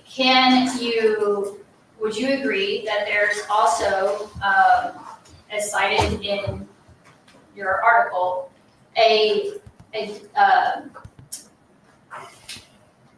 plan that people tend to promote to help people who they believe are cachectic or maybe suffering from starvation to reintroduce food back into their system? Are you familiar with that?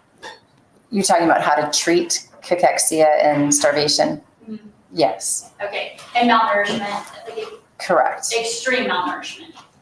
Now, to be fair, there's degrees of malnourishment, yes? Correct. And so, I mean, the fact that I don't eat for a day or two does not mean I'm gonna die of malnourishment. Correct. So, but when we see extreme malnourishment, that's cachectic, that's extreme, right? Correct. And when we see cachectic malnourishment, then at that point, there are complications in reintroducing food to that person's system, is there not? If the cachexia is caused by starvation, meaning not eating, then yes. There's Udahef coming in there. He's got it. Cachexia. I thought it would start with a D. I thought she was saying something like dexic. I can't even say what I thought she was saying because I don't know what she was saying. Cachexia. I have never heard that word. Thank you, Udahef. I think you are correct, sir. I figured somebody'd Google it. Or maybe you probably already knew. Maybe. I got to think. I have to think back at conversations we've had in chat. But thank you. I think you're correct. I believe you are. And so, why is that? We can't just, if someone hasn't eaten, let's say, in a week, or I don't know, more, how long does it take to get to cachexia? That would depend on the individual. So, if they haven't eaten though, and they're on the verge of death by starvation, introducing food into the system could shut their body down, correct? Sometimes, yes. And so there's actually a plan in place so that food can be introduced more slowly, Correct. so it doesn't overwhelm the body. Correct. And in this fact pattern, would you agree with me that there was no indication that there was an absolute withholding of food for a number of days? So from the investigation, it does not appear it's an absolute withholding of food. Okay. And so this is not the same as someone who is locked in a room and left without food or water, right? Correct. This is one of those that when we talk about starvation, would you agree with me that you also have to make the distinction between whether it's intentional or unintentional? So that goes to manner of death, And not cause, and starvation being cause. right, and I'm not assuming, for the sake of argument, your theory that it's starvation. Now, we have to then consider whether it's intentional or unintentional Correct, to get to manner. to get to manner. And that means whether or not it was homicide, or if it was unintentional, what would it be? It would depend on it would depend on why the starvation happened. An unintentional deprivation of food, again, it would depend on those circumstances. Okay, but I mean, it wouldn't be undetermined if you're like, hey, we know that the person didn't consume food. For instance, if they are choosing not to consume food, that would be their decision not to consume food, like for anorexia, right? So correct, and an adult who can make that decision and dies from, say, anorexia, those deaths are considered natural. Okay, so that would have been a natural death. But it wouldn't have been an undetermined death, correct? Because you would have. Again, it depends on the circumstances. So each case is individual. So undetermined would mean we just didn't have enough information to determine why the starvation occurred. All right, and so in this case, though, when we're talking about intentional versus unintentional, would you agree, like we've seen evidence that there's multiple doctors that see Benji, correct? Correct. And that not one of those trips to the doctor, do any of those records indicate that the parents were educated on potential vitamin deficiencies? Correct. And because you're pointing to vitamin deficiency earlier, correct? I just said that macrocytosis can be a sign of vitamin deficiency. You're not saying that this child was vitamin deficient, though. No, I'm just saying that can be a sign of vitamin deficiency. Okay. So then let me back up. When the body does not have food, which is energy, right? Then would you agree with me, it first burns fat, and then it burns protein, and then what does it burn? Then unfortunately it starts to consume whatever it can for energy and conserve as much as it can. All right, and so in this case, would you agree with me that you do not know if the food, like what the food pattern was the week prior to his passing? No, I do not. And so there's doctors that are seeing the child, and can you tell at this point, I mean, let me back up. Let me go to the version.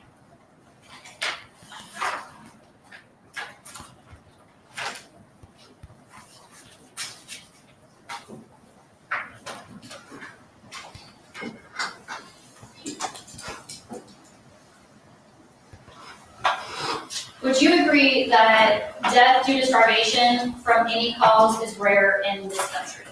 Yes. And would you describe, I apologize. Death due to starvation. So again, starvation being lethal malnutrition with no other cause is rare, because deaths due to lethal malnutrition due to another cause, say anorexia, are called anorexia. So deaths due to starvation are rare in this country. okay, and do children dying of starvation still have visible and measurable subcutaneous fat? Okay. Sometimes. So, do you remember when I asked you the question, it burns fat, then protein, and then you're basically like, well, the next thing is your body stops working, correct?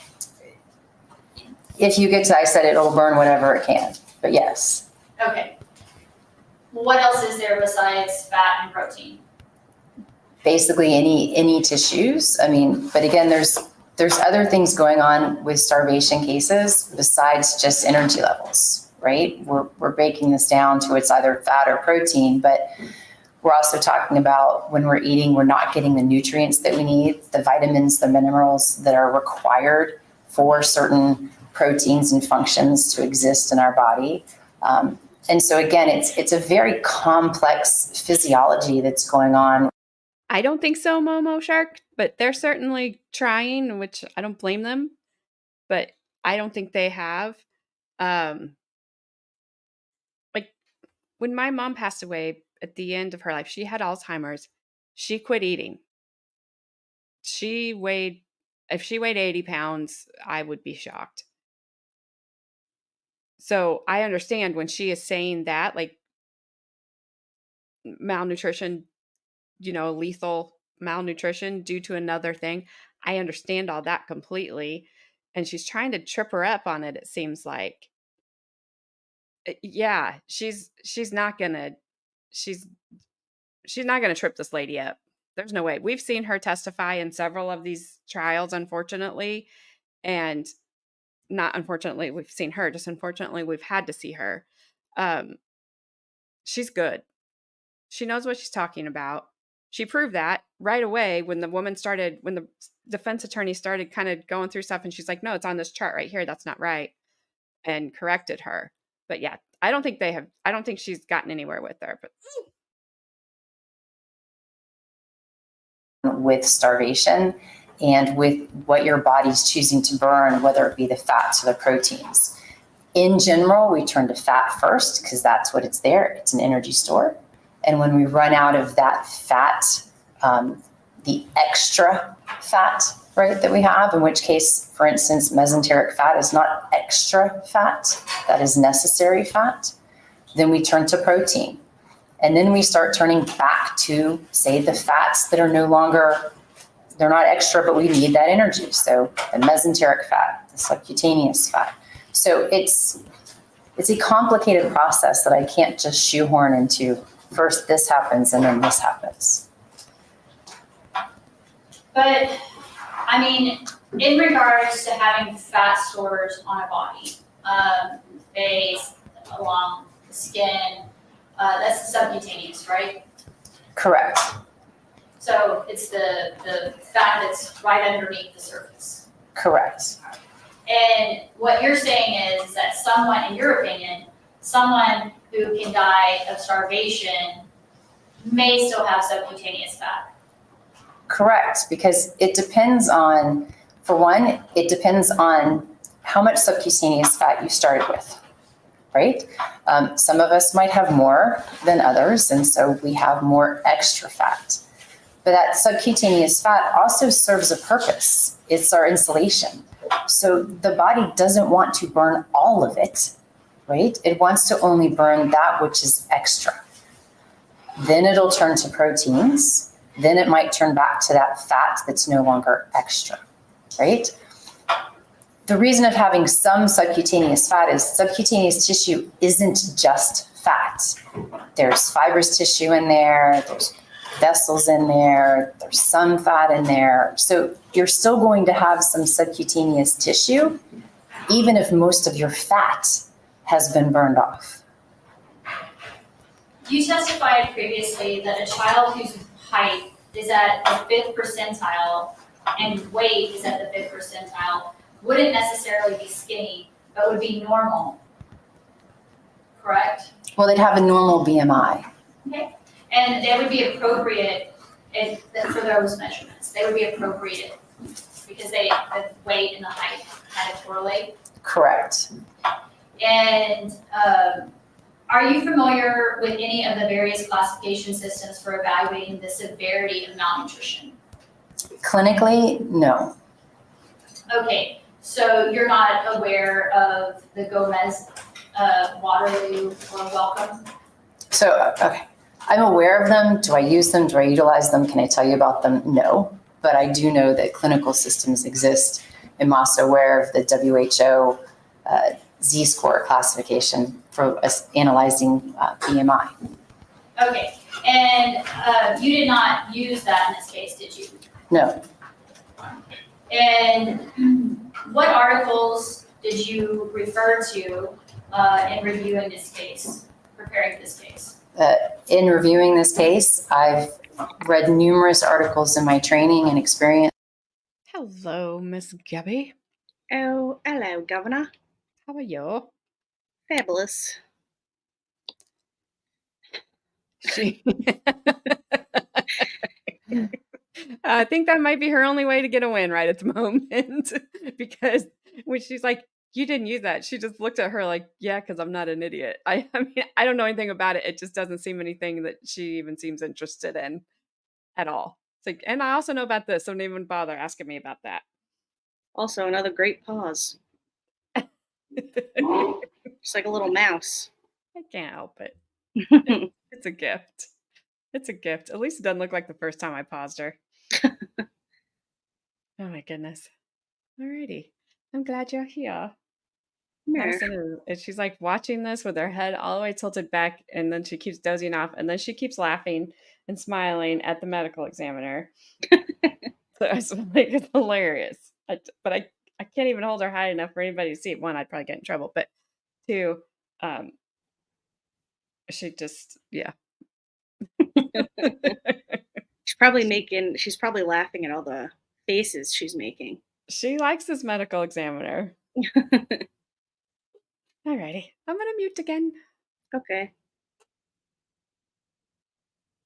It's on starvation, as well as my editorial duties with the journal. I did not turn to anything in specifically. I relied on my education and experience.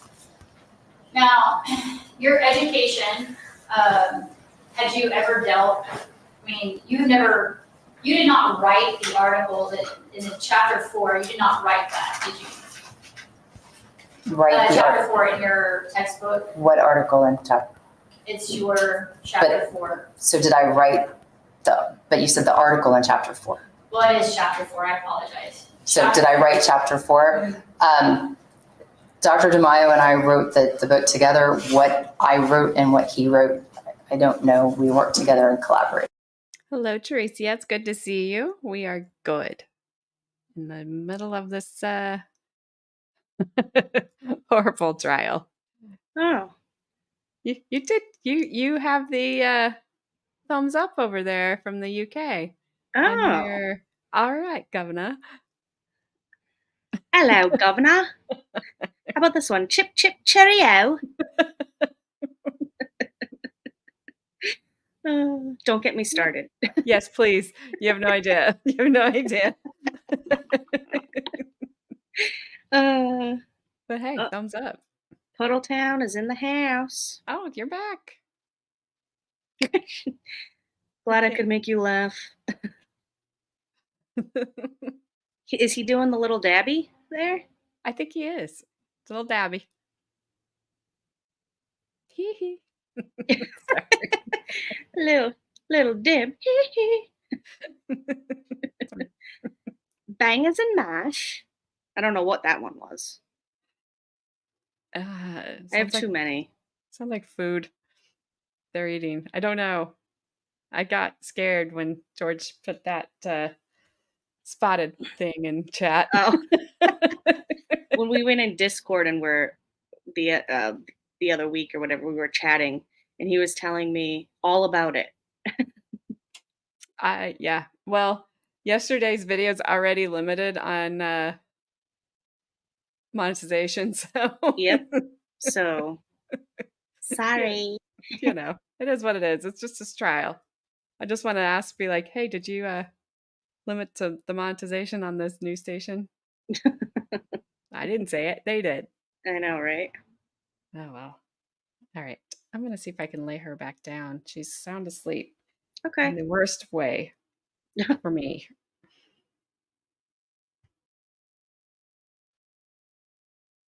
So you can't tell me if you even wrote the portion on starvation, correct? I don't recall. Correct. Now, if that article says that you should be relying on the water load, then basically you're saying that either you or Dr. DeMaio are in agreement that that should be something that should be considered in starvation cases, correct? I don't believe it says we should be relying upon it. I believe we referenced that there are clinical measurements out there that you can use. But you didn't apply any of these to Vinci. Not those particular ones, no.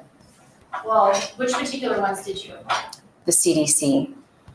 And on your CDC, did that focus on his weight for height or his weight for age? So the CDC looked at the BMI being less than the first percentile. My question is, what did you use the data for weight for height or based off age? So I use the data for BMI, which incorporates weight and height.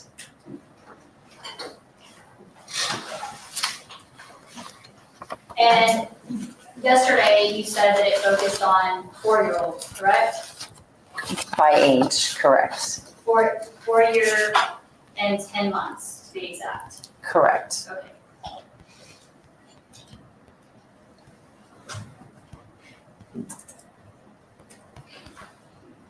Now, you spoke in your testimony yesterday about stunting. Correct. Was Benji stunted? Again, it appears he did not grow from about, I believe it's about 48 months to his death at 58 months. So for about 10 months, it appears he did not grow. But you don't have those heights charted in front of you, correct? Correct. So at this stage, you couldn't provide us with the data that underlies that. I believe it's contained in all of the medical records you have there.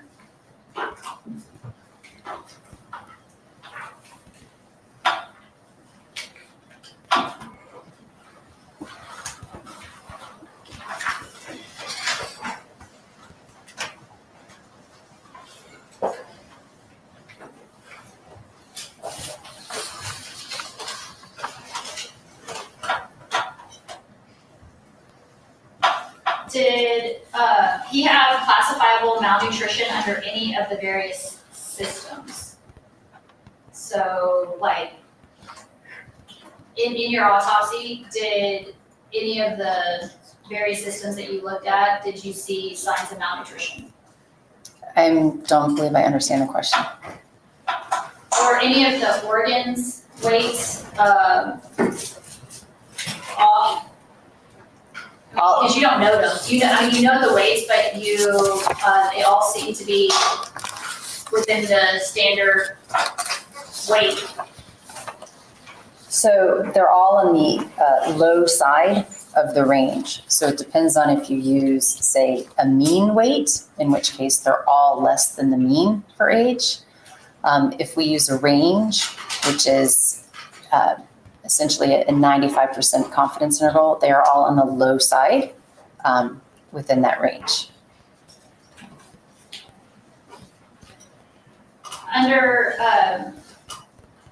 under Gomez, which compares, that's a type of classification, which compares the child's weight for age. Would you agree that Benji would be classified as moderately malnourished? I believe, does Gomez use the WHO Z-scores of -1, -2, -3?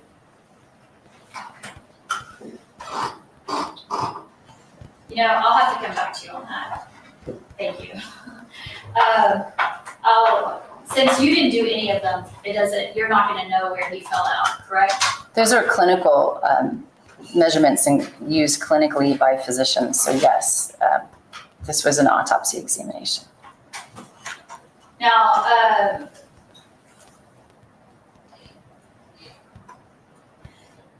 can a malnourished child die from other causes? Yes. Okay, and did you find evidence of another cause of death? No.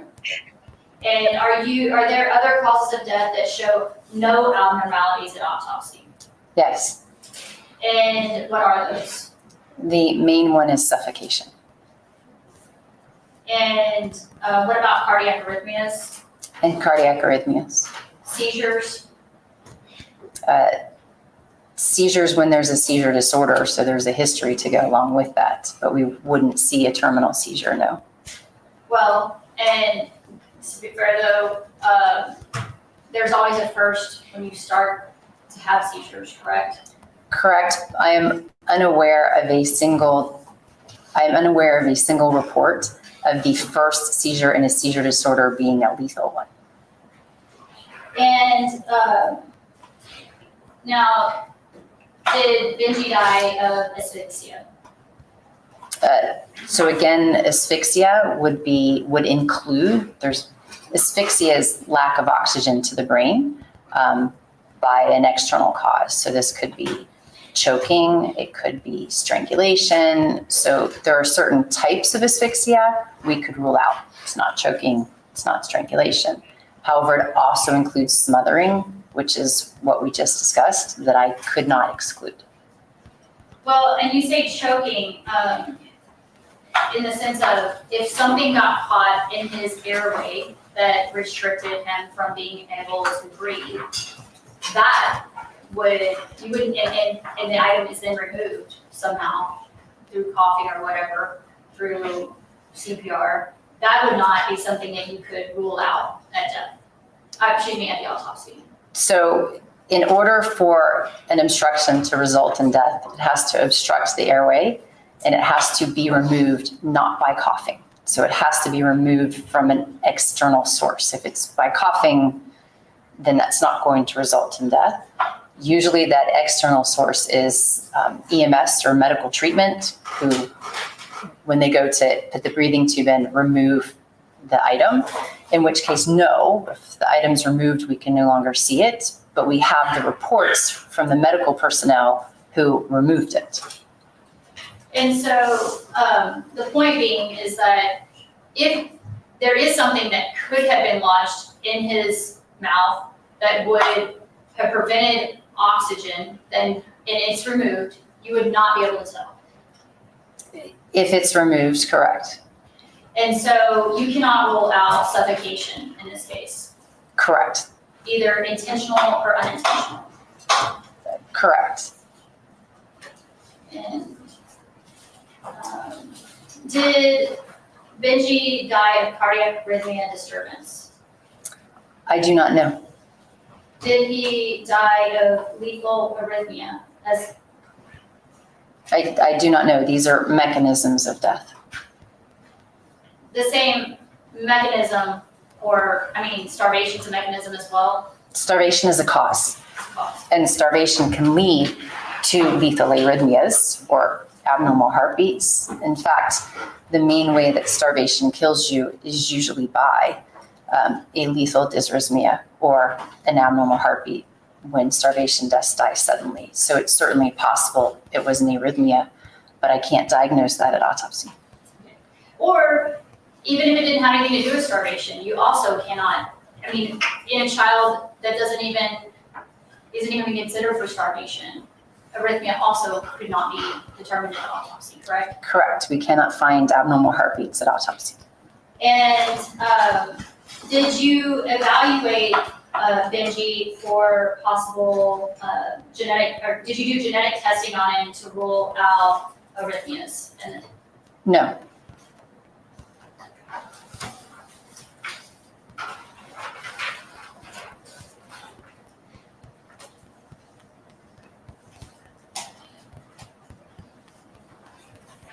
so, given the fact that you cannot rule out suffocation at this point, cannot rule out arrhythmia,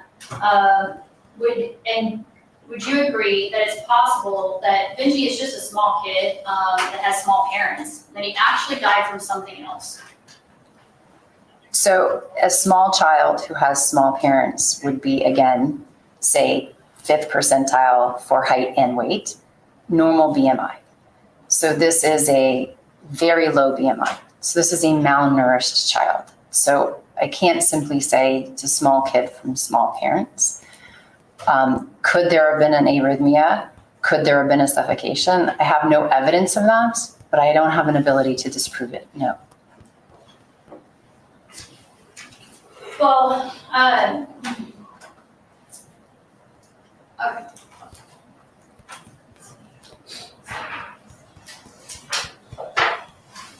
Have you had a chance to review Dr. Lucifer's pediatrics, publication in the pediatrics, official journal of American Academy of Pediatrics?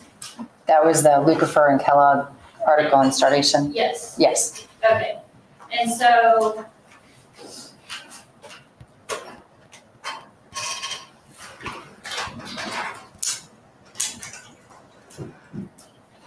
I'm gonna show you what's marked as Defendant's Exhibit 35. Even the cameraman's tired. 36. So is that his article? And Dr. Kellogg's? Yes. And looking at that, it contains a photo of a child that has passed away from starvation, correct? Yes. Okay. And you agree that that's what it looks like when a child passes away from starvation. This is a child who passed away from starvation. Thank you.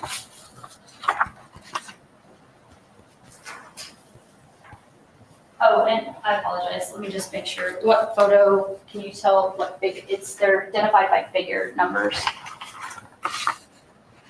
Figure 2 is the one I was looking at. Thank you.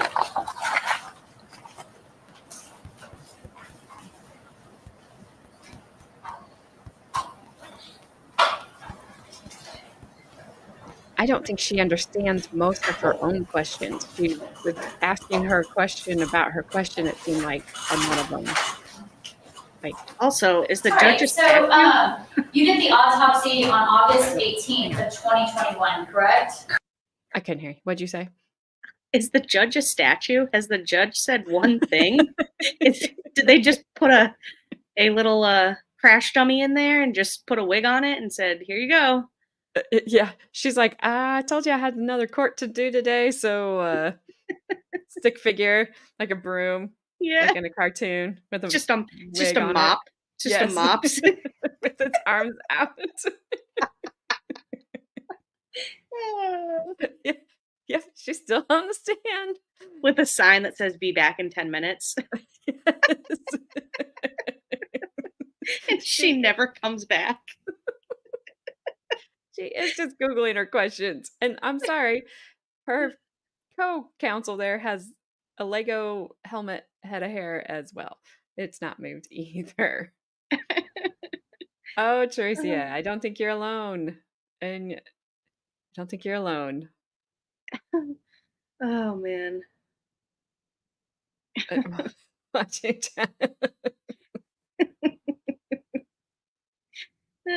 well, it's just I don't. I mean, let's face it. Direct wasn't like earth shattering. There wasn't it was hard to pay attention to that guy's line of questioning. For me, it was anyway. But hers is worse. Yes, Yeah, I she feel is. like So, hasn't this just been all day? This yes, same woman asking her questions? yes, pretty much. Good Lord. And it's just the same thing. She's just trying to say he could have, it was just malnutrition, but that wasn't the cause. It's like, no, I think that was the cause. Oh, look at this child that starved. That's what they should look like, right? Well, okay. Not everybody. It's just ugh. Well, I swear, if she takes out a geometry book, I'll turn this car around. I'm about ready just to drive it off the cliff as it is, so don't you Right? worry. I'll just yikes. No dessert for you. Yes. I you guys, I don't like that you're oh yeah, Tricia. Ew, we're not supposed to get that. 70 miles an hour? Yeah, they are slowing down before they get up to me. Thank goodness. We're like 45, 50 miles an hour, so I know that's nothing compared to what like people in the actual path of the hurricane are getting. I don't know. I'm waiting to see that one eyebrow raise that I hear can. She's probably grown her eyebrows out and hadn't done again by the time this questioning's done. I'm going to hit start and I'm going to run downstairs and put this bottle in the fridge so I don't lose this Okay. formula. Formula's expensive. Absolutely. It's cheap in the UK. You guys have cheap formula over there. Be happy. I heard the groceries are cheaper too.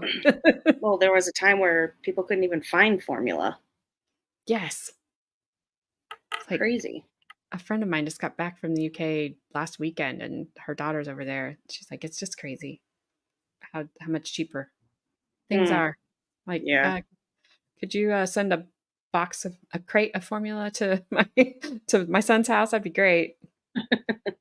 All right, I'll be right back. Okay.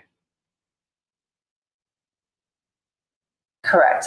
And when you did the autopsy, you file a death certificate that doesn't list a cause of death at that time.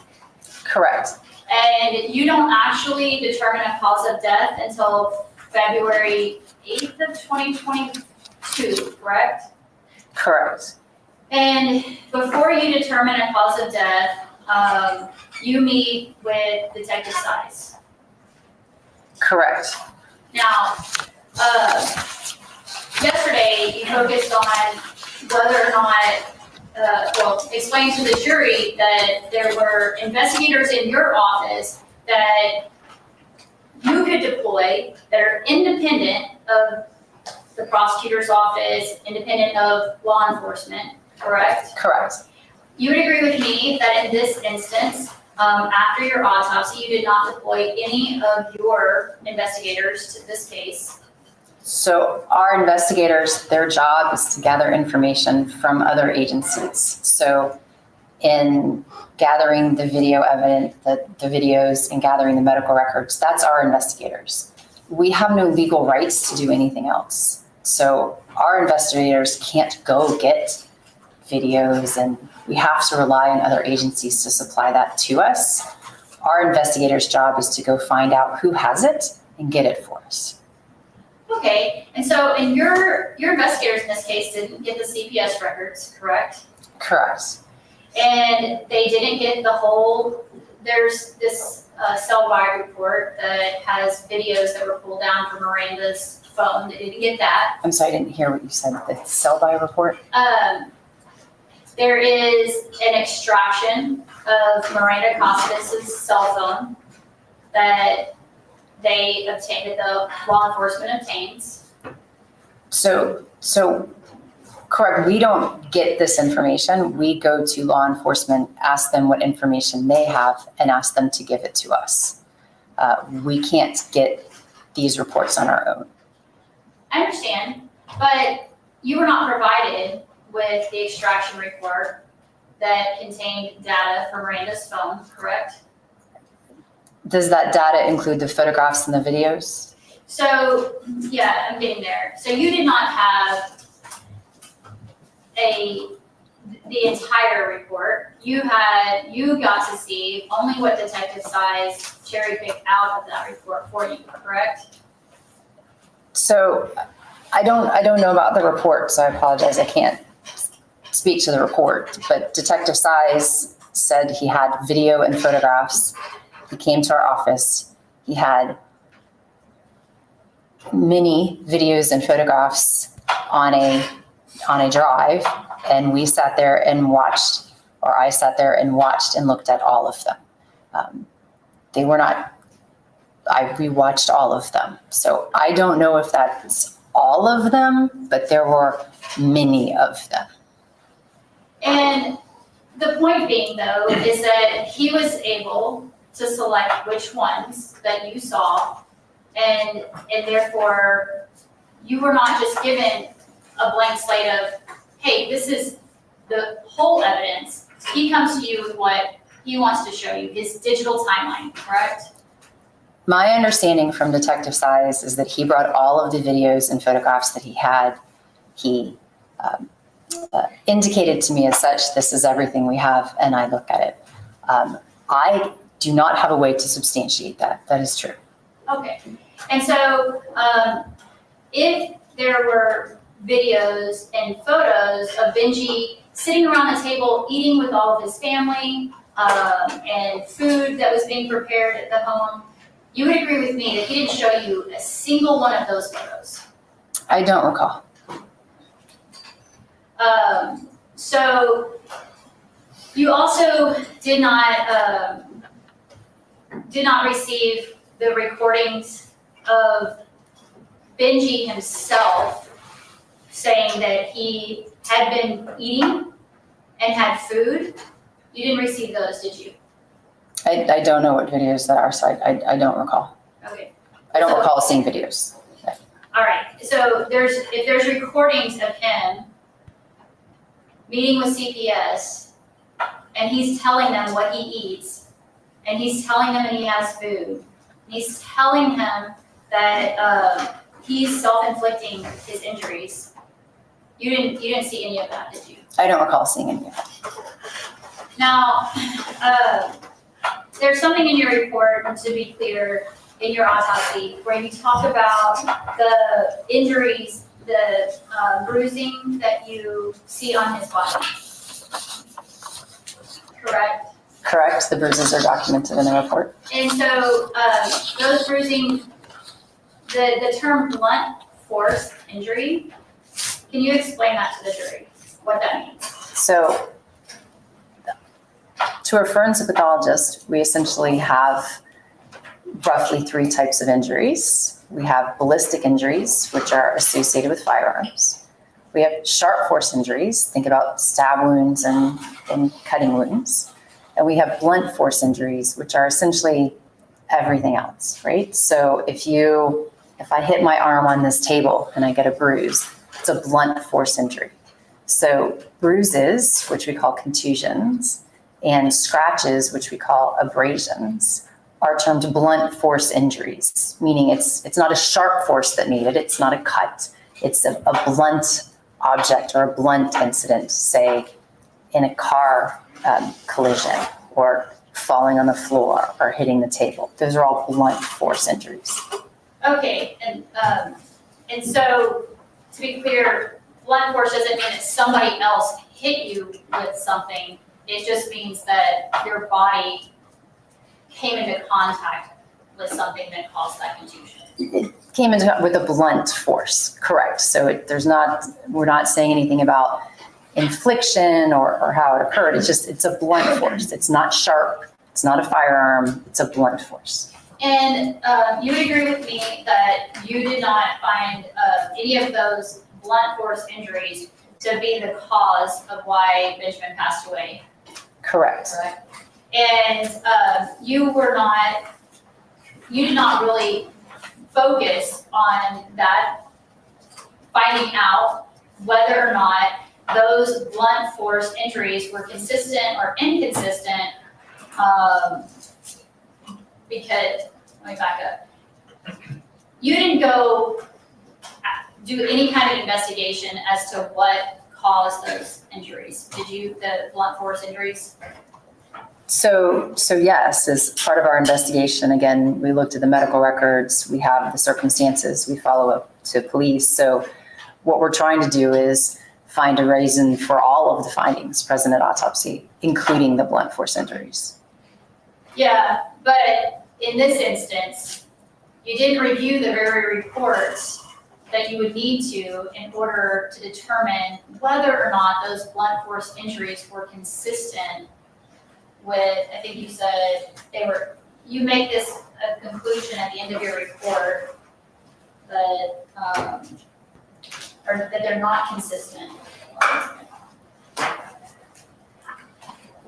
Was that a question? Your statement is several blunt force injuries were present on the body without adequate explanation as to their cause, correct? Correct. But you never even viewed the evidence, the CPS records, the July 2021 statements from the child to determine what was causing these, correct?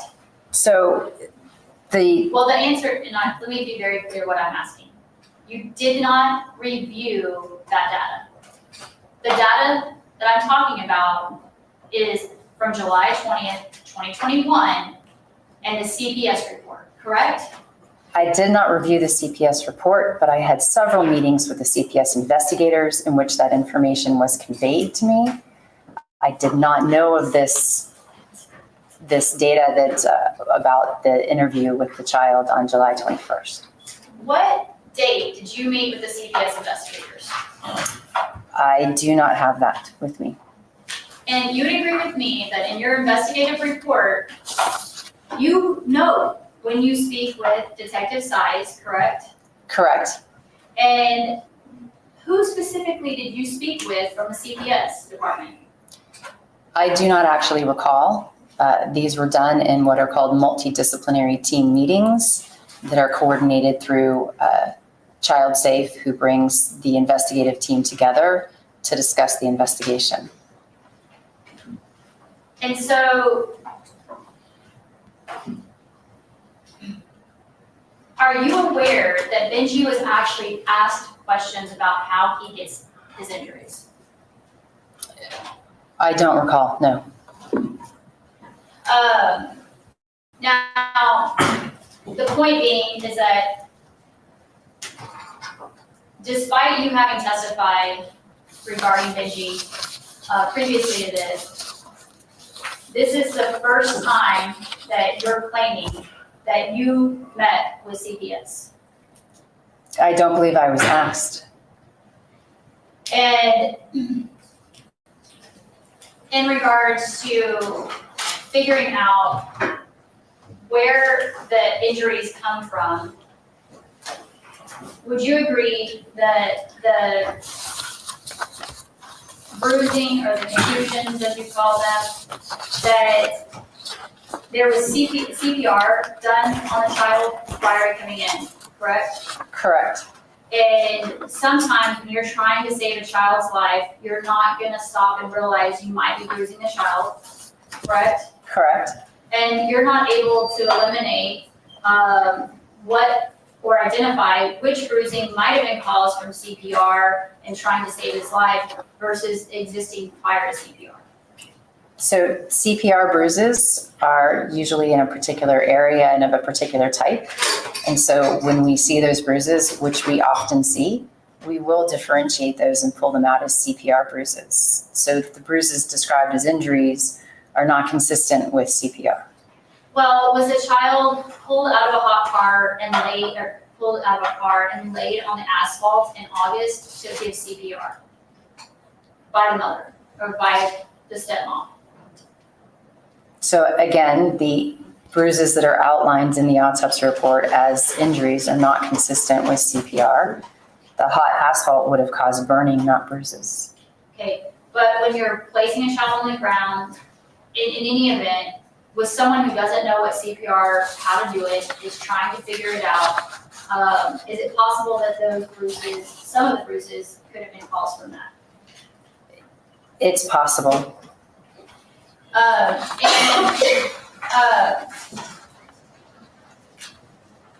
Let's.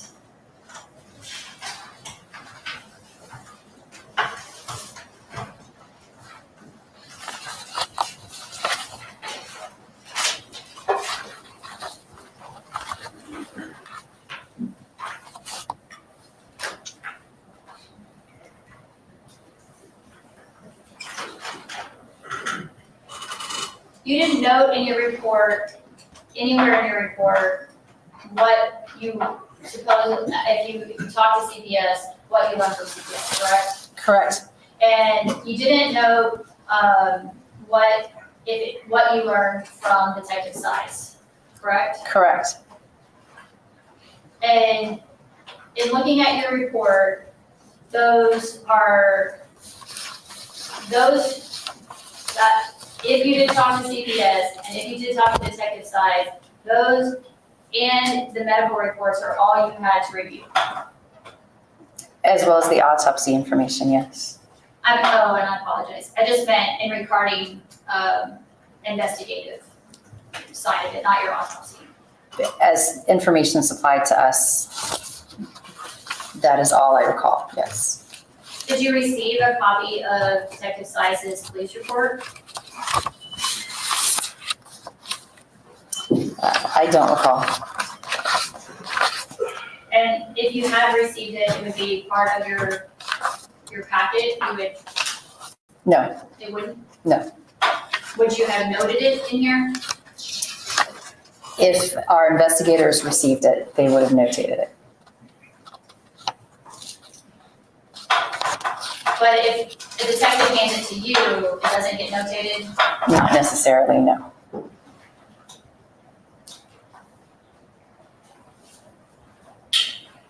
At this time, Your Honor, I pass the witness. Can I see the parties, please? Oh my God. Finally. Hallelujah. Lord. And perfect time. Because I thought I was going to have to get up and go see if somebody was here because Rue and Hank just went on a mega howling spree for no reason. I have no idea. And Rue would not stop barking. Like, I can't boy. unmute now. I think they were just. I also I don't feel know. like every time that lady asked her a question, her eyes just sunk further back into her head.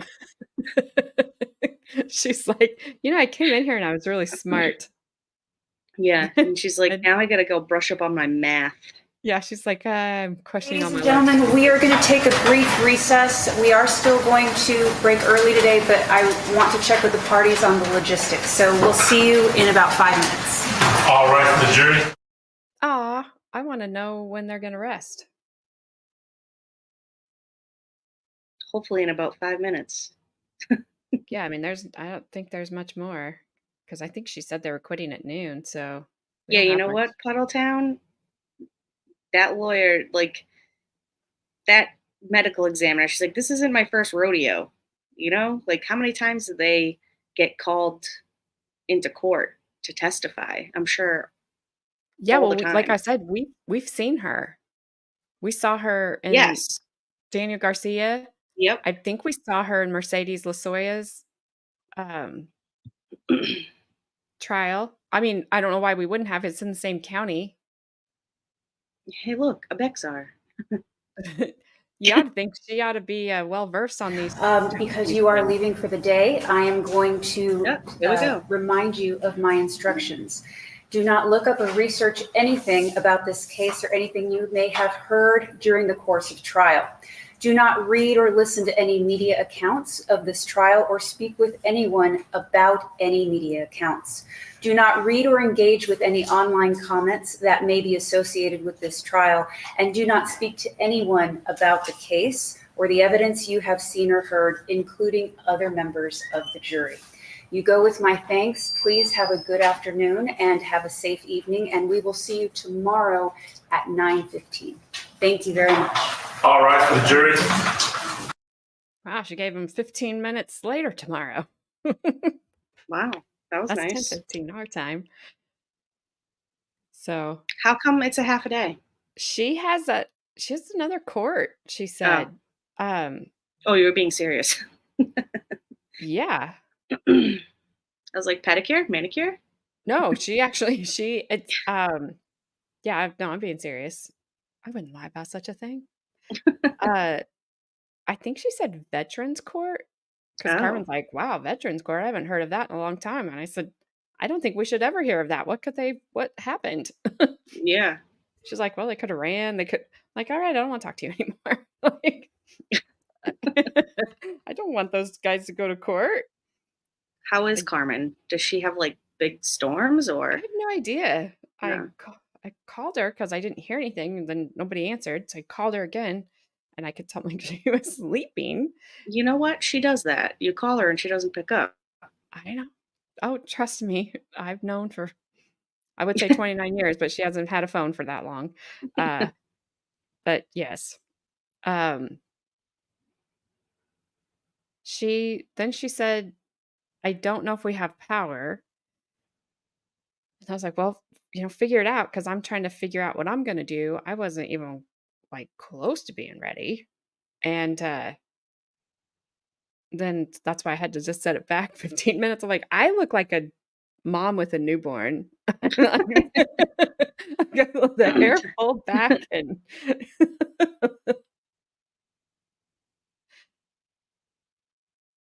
I don't know, Brian. Court veterans. People convicted a lot. The new TV show. Court veterans. How many Dun times have you dun. been convicted? Well, I am glad that you stuck around. I'm glad that Baker sent you to. I was going to send you back to him, but he's not there. Um, and we will be back here tomorrow, probably around 10:30 a.m. Eastern time, uh, because they started at 10:15. Today, I think they started pretty close to on time. Yesterday, they'd started an hour later than they said they were going to. So I'm not And sure. Carmen has to work tomorrow. Yeah, it'll be me tomorrow, and I don't think I'll have the baby tomorrow. Okay. So I should Well, be, Bry said he would come on too. yes. So you guys should get all my attention tomorrow. Yeah, uh, you know, I appreciate it, Momo Shark, but don't if I don't know that you're gonna find that you missed anything. The questioning from this attorney was like you heard the last part that you've been here. She's not really gone anywhere. In fact, that ME has educated her on some things. So, yeah, I don't know. See you later, Governor. Thank you for stopping by. Hope to see you again. Glad you do get some sunshine over there.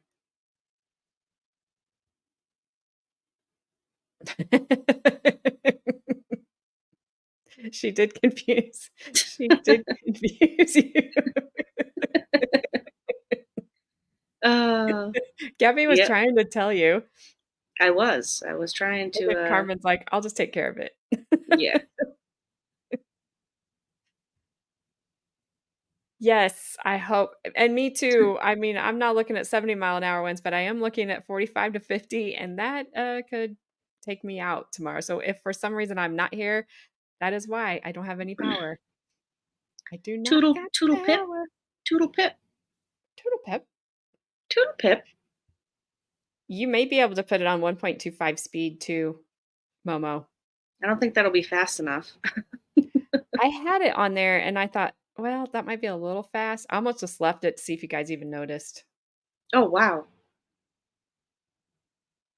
You just got a Puddletown's kiss. Just smacked me right on the forehead. Just gotcha. Yes, everyone be safe. Yeah. I don't care what you're doing, whether just if it's weather related, you're just out driving, walking. My gosh, some of the stories I've read today See you have been tomorrow, horrible. Teresia. Yeah, I hope Yeah, she said 70-mile-an-hour winds. I've got some alerts on my phone. I haven't looked, so maybe we're different. But I don't have any alerts. well, It's okay, actually brag about it. 69 degrees here. Of course it is. Of course it is. It Where's is. George? Because I know if he's in here, he's going to make a comment about that. Yeah. Gotta pop in any second. Yes, thank you for being here, Mama Shark. Oh, the math questions. They were just great. And then the woman's like, the expert's talking in kilograms. I don't think you were here, Town. And the defense attorney goes, can we talk in pounds? Because that confuses me. And I thought, now finish it because you're an American. Let's just, let's just finish that statement. I owe Zach a timeout. Zach owes me child support, so you know. I'll use it when you least expect it, Zach. See ya. Love you. Glad you got to see me. Always. Always nice to see you, Puddle Town. Always. You too, Zach. Yeah, Zach, watch your back. Yeah. I don't even know why, but Gabby's telling you to. He dared me to last night when we were watching Squid did a birthday stream, and we were watching that, and he was like, "You won't time me out," and I was like, "Okay." So he came in your chat this morning, and he was like, "You won't do it, Gabby." I saw that, and I thought, why are you daring her? I don't want her to time you out, but don't dare her, because if you do that and she does, I can't help you. That's your own fault. Yeah. Well, I think Baker's over at MLS. I can send you guys there. Oh, I only timed Gabby out for 10 seconds. Thanks. I probably needed one. Nah. What could you possibly do wrong? I'm You not got a BK and a gonna. felony thing right there. It's all good. Okay. All right. You have great. Thanks. Thank you. All right. I love it. Okay. Looks good. Yep. Oh, okay. Wow. All right. Yes. You know what I'm gonna We're fine. We're fine. Everything's fine. We're fine. I'm my redirect button broke. Did Just it? went down. Yep, just went down. Oh, It's broken. I don't gosh darn it. It just said no. It said stop asking. Wow. All right. So all right. You can redirect yourselves to wherever you would like to go. Penny for your thoughts? No. Oh, I'll keep it. Nope. All righty. all right. And Woohoo. Yeah. if I have power tomorrow, I will see you guys all 10:30-ish a.m. Eastern time. I'll keep an eye on. I don't know what we'll do if court doesn't start, but we'll figure something out. I still have those things you sent me last night, Gabby. So Yeah, they're not super long. They're like a couple of minutes each, but it gives a, 'cause like you said, they didn't stream her trial. So it sort of talks about it, and you get to hear his older brother a little bit on the stand and like what he said. But yeah, they're okay, quick little clips. perfect. So yep, we'll just plan on starting at 10:30 then, All right. like the old days. Like the good old days. No, Redirect it is yourself. not. I thought about that when I said it, but no, I don't mean it like that at all. Yeah, Puddletown, watch out. She might hand you a magic 8-ball. That was like the best. Yes, please don't ever hand me a magic 8-ball. That one Because going down in history. when I hand it back to you, it won't say very nice words. Uh,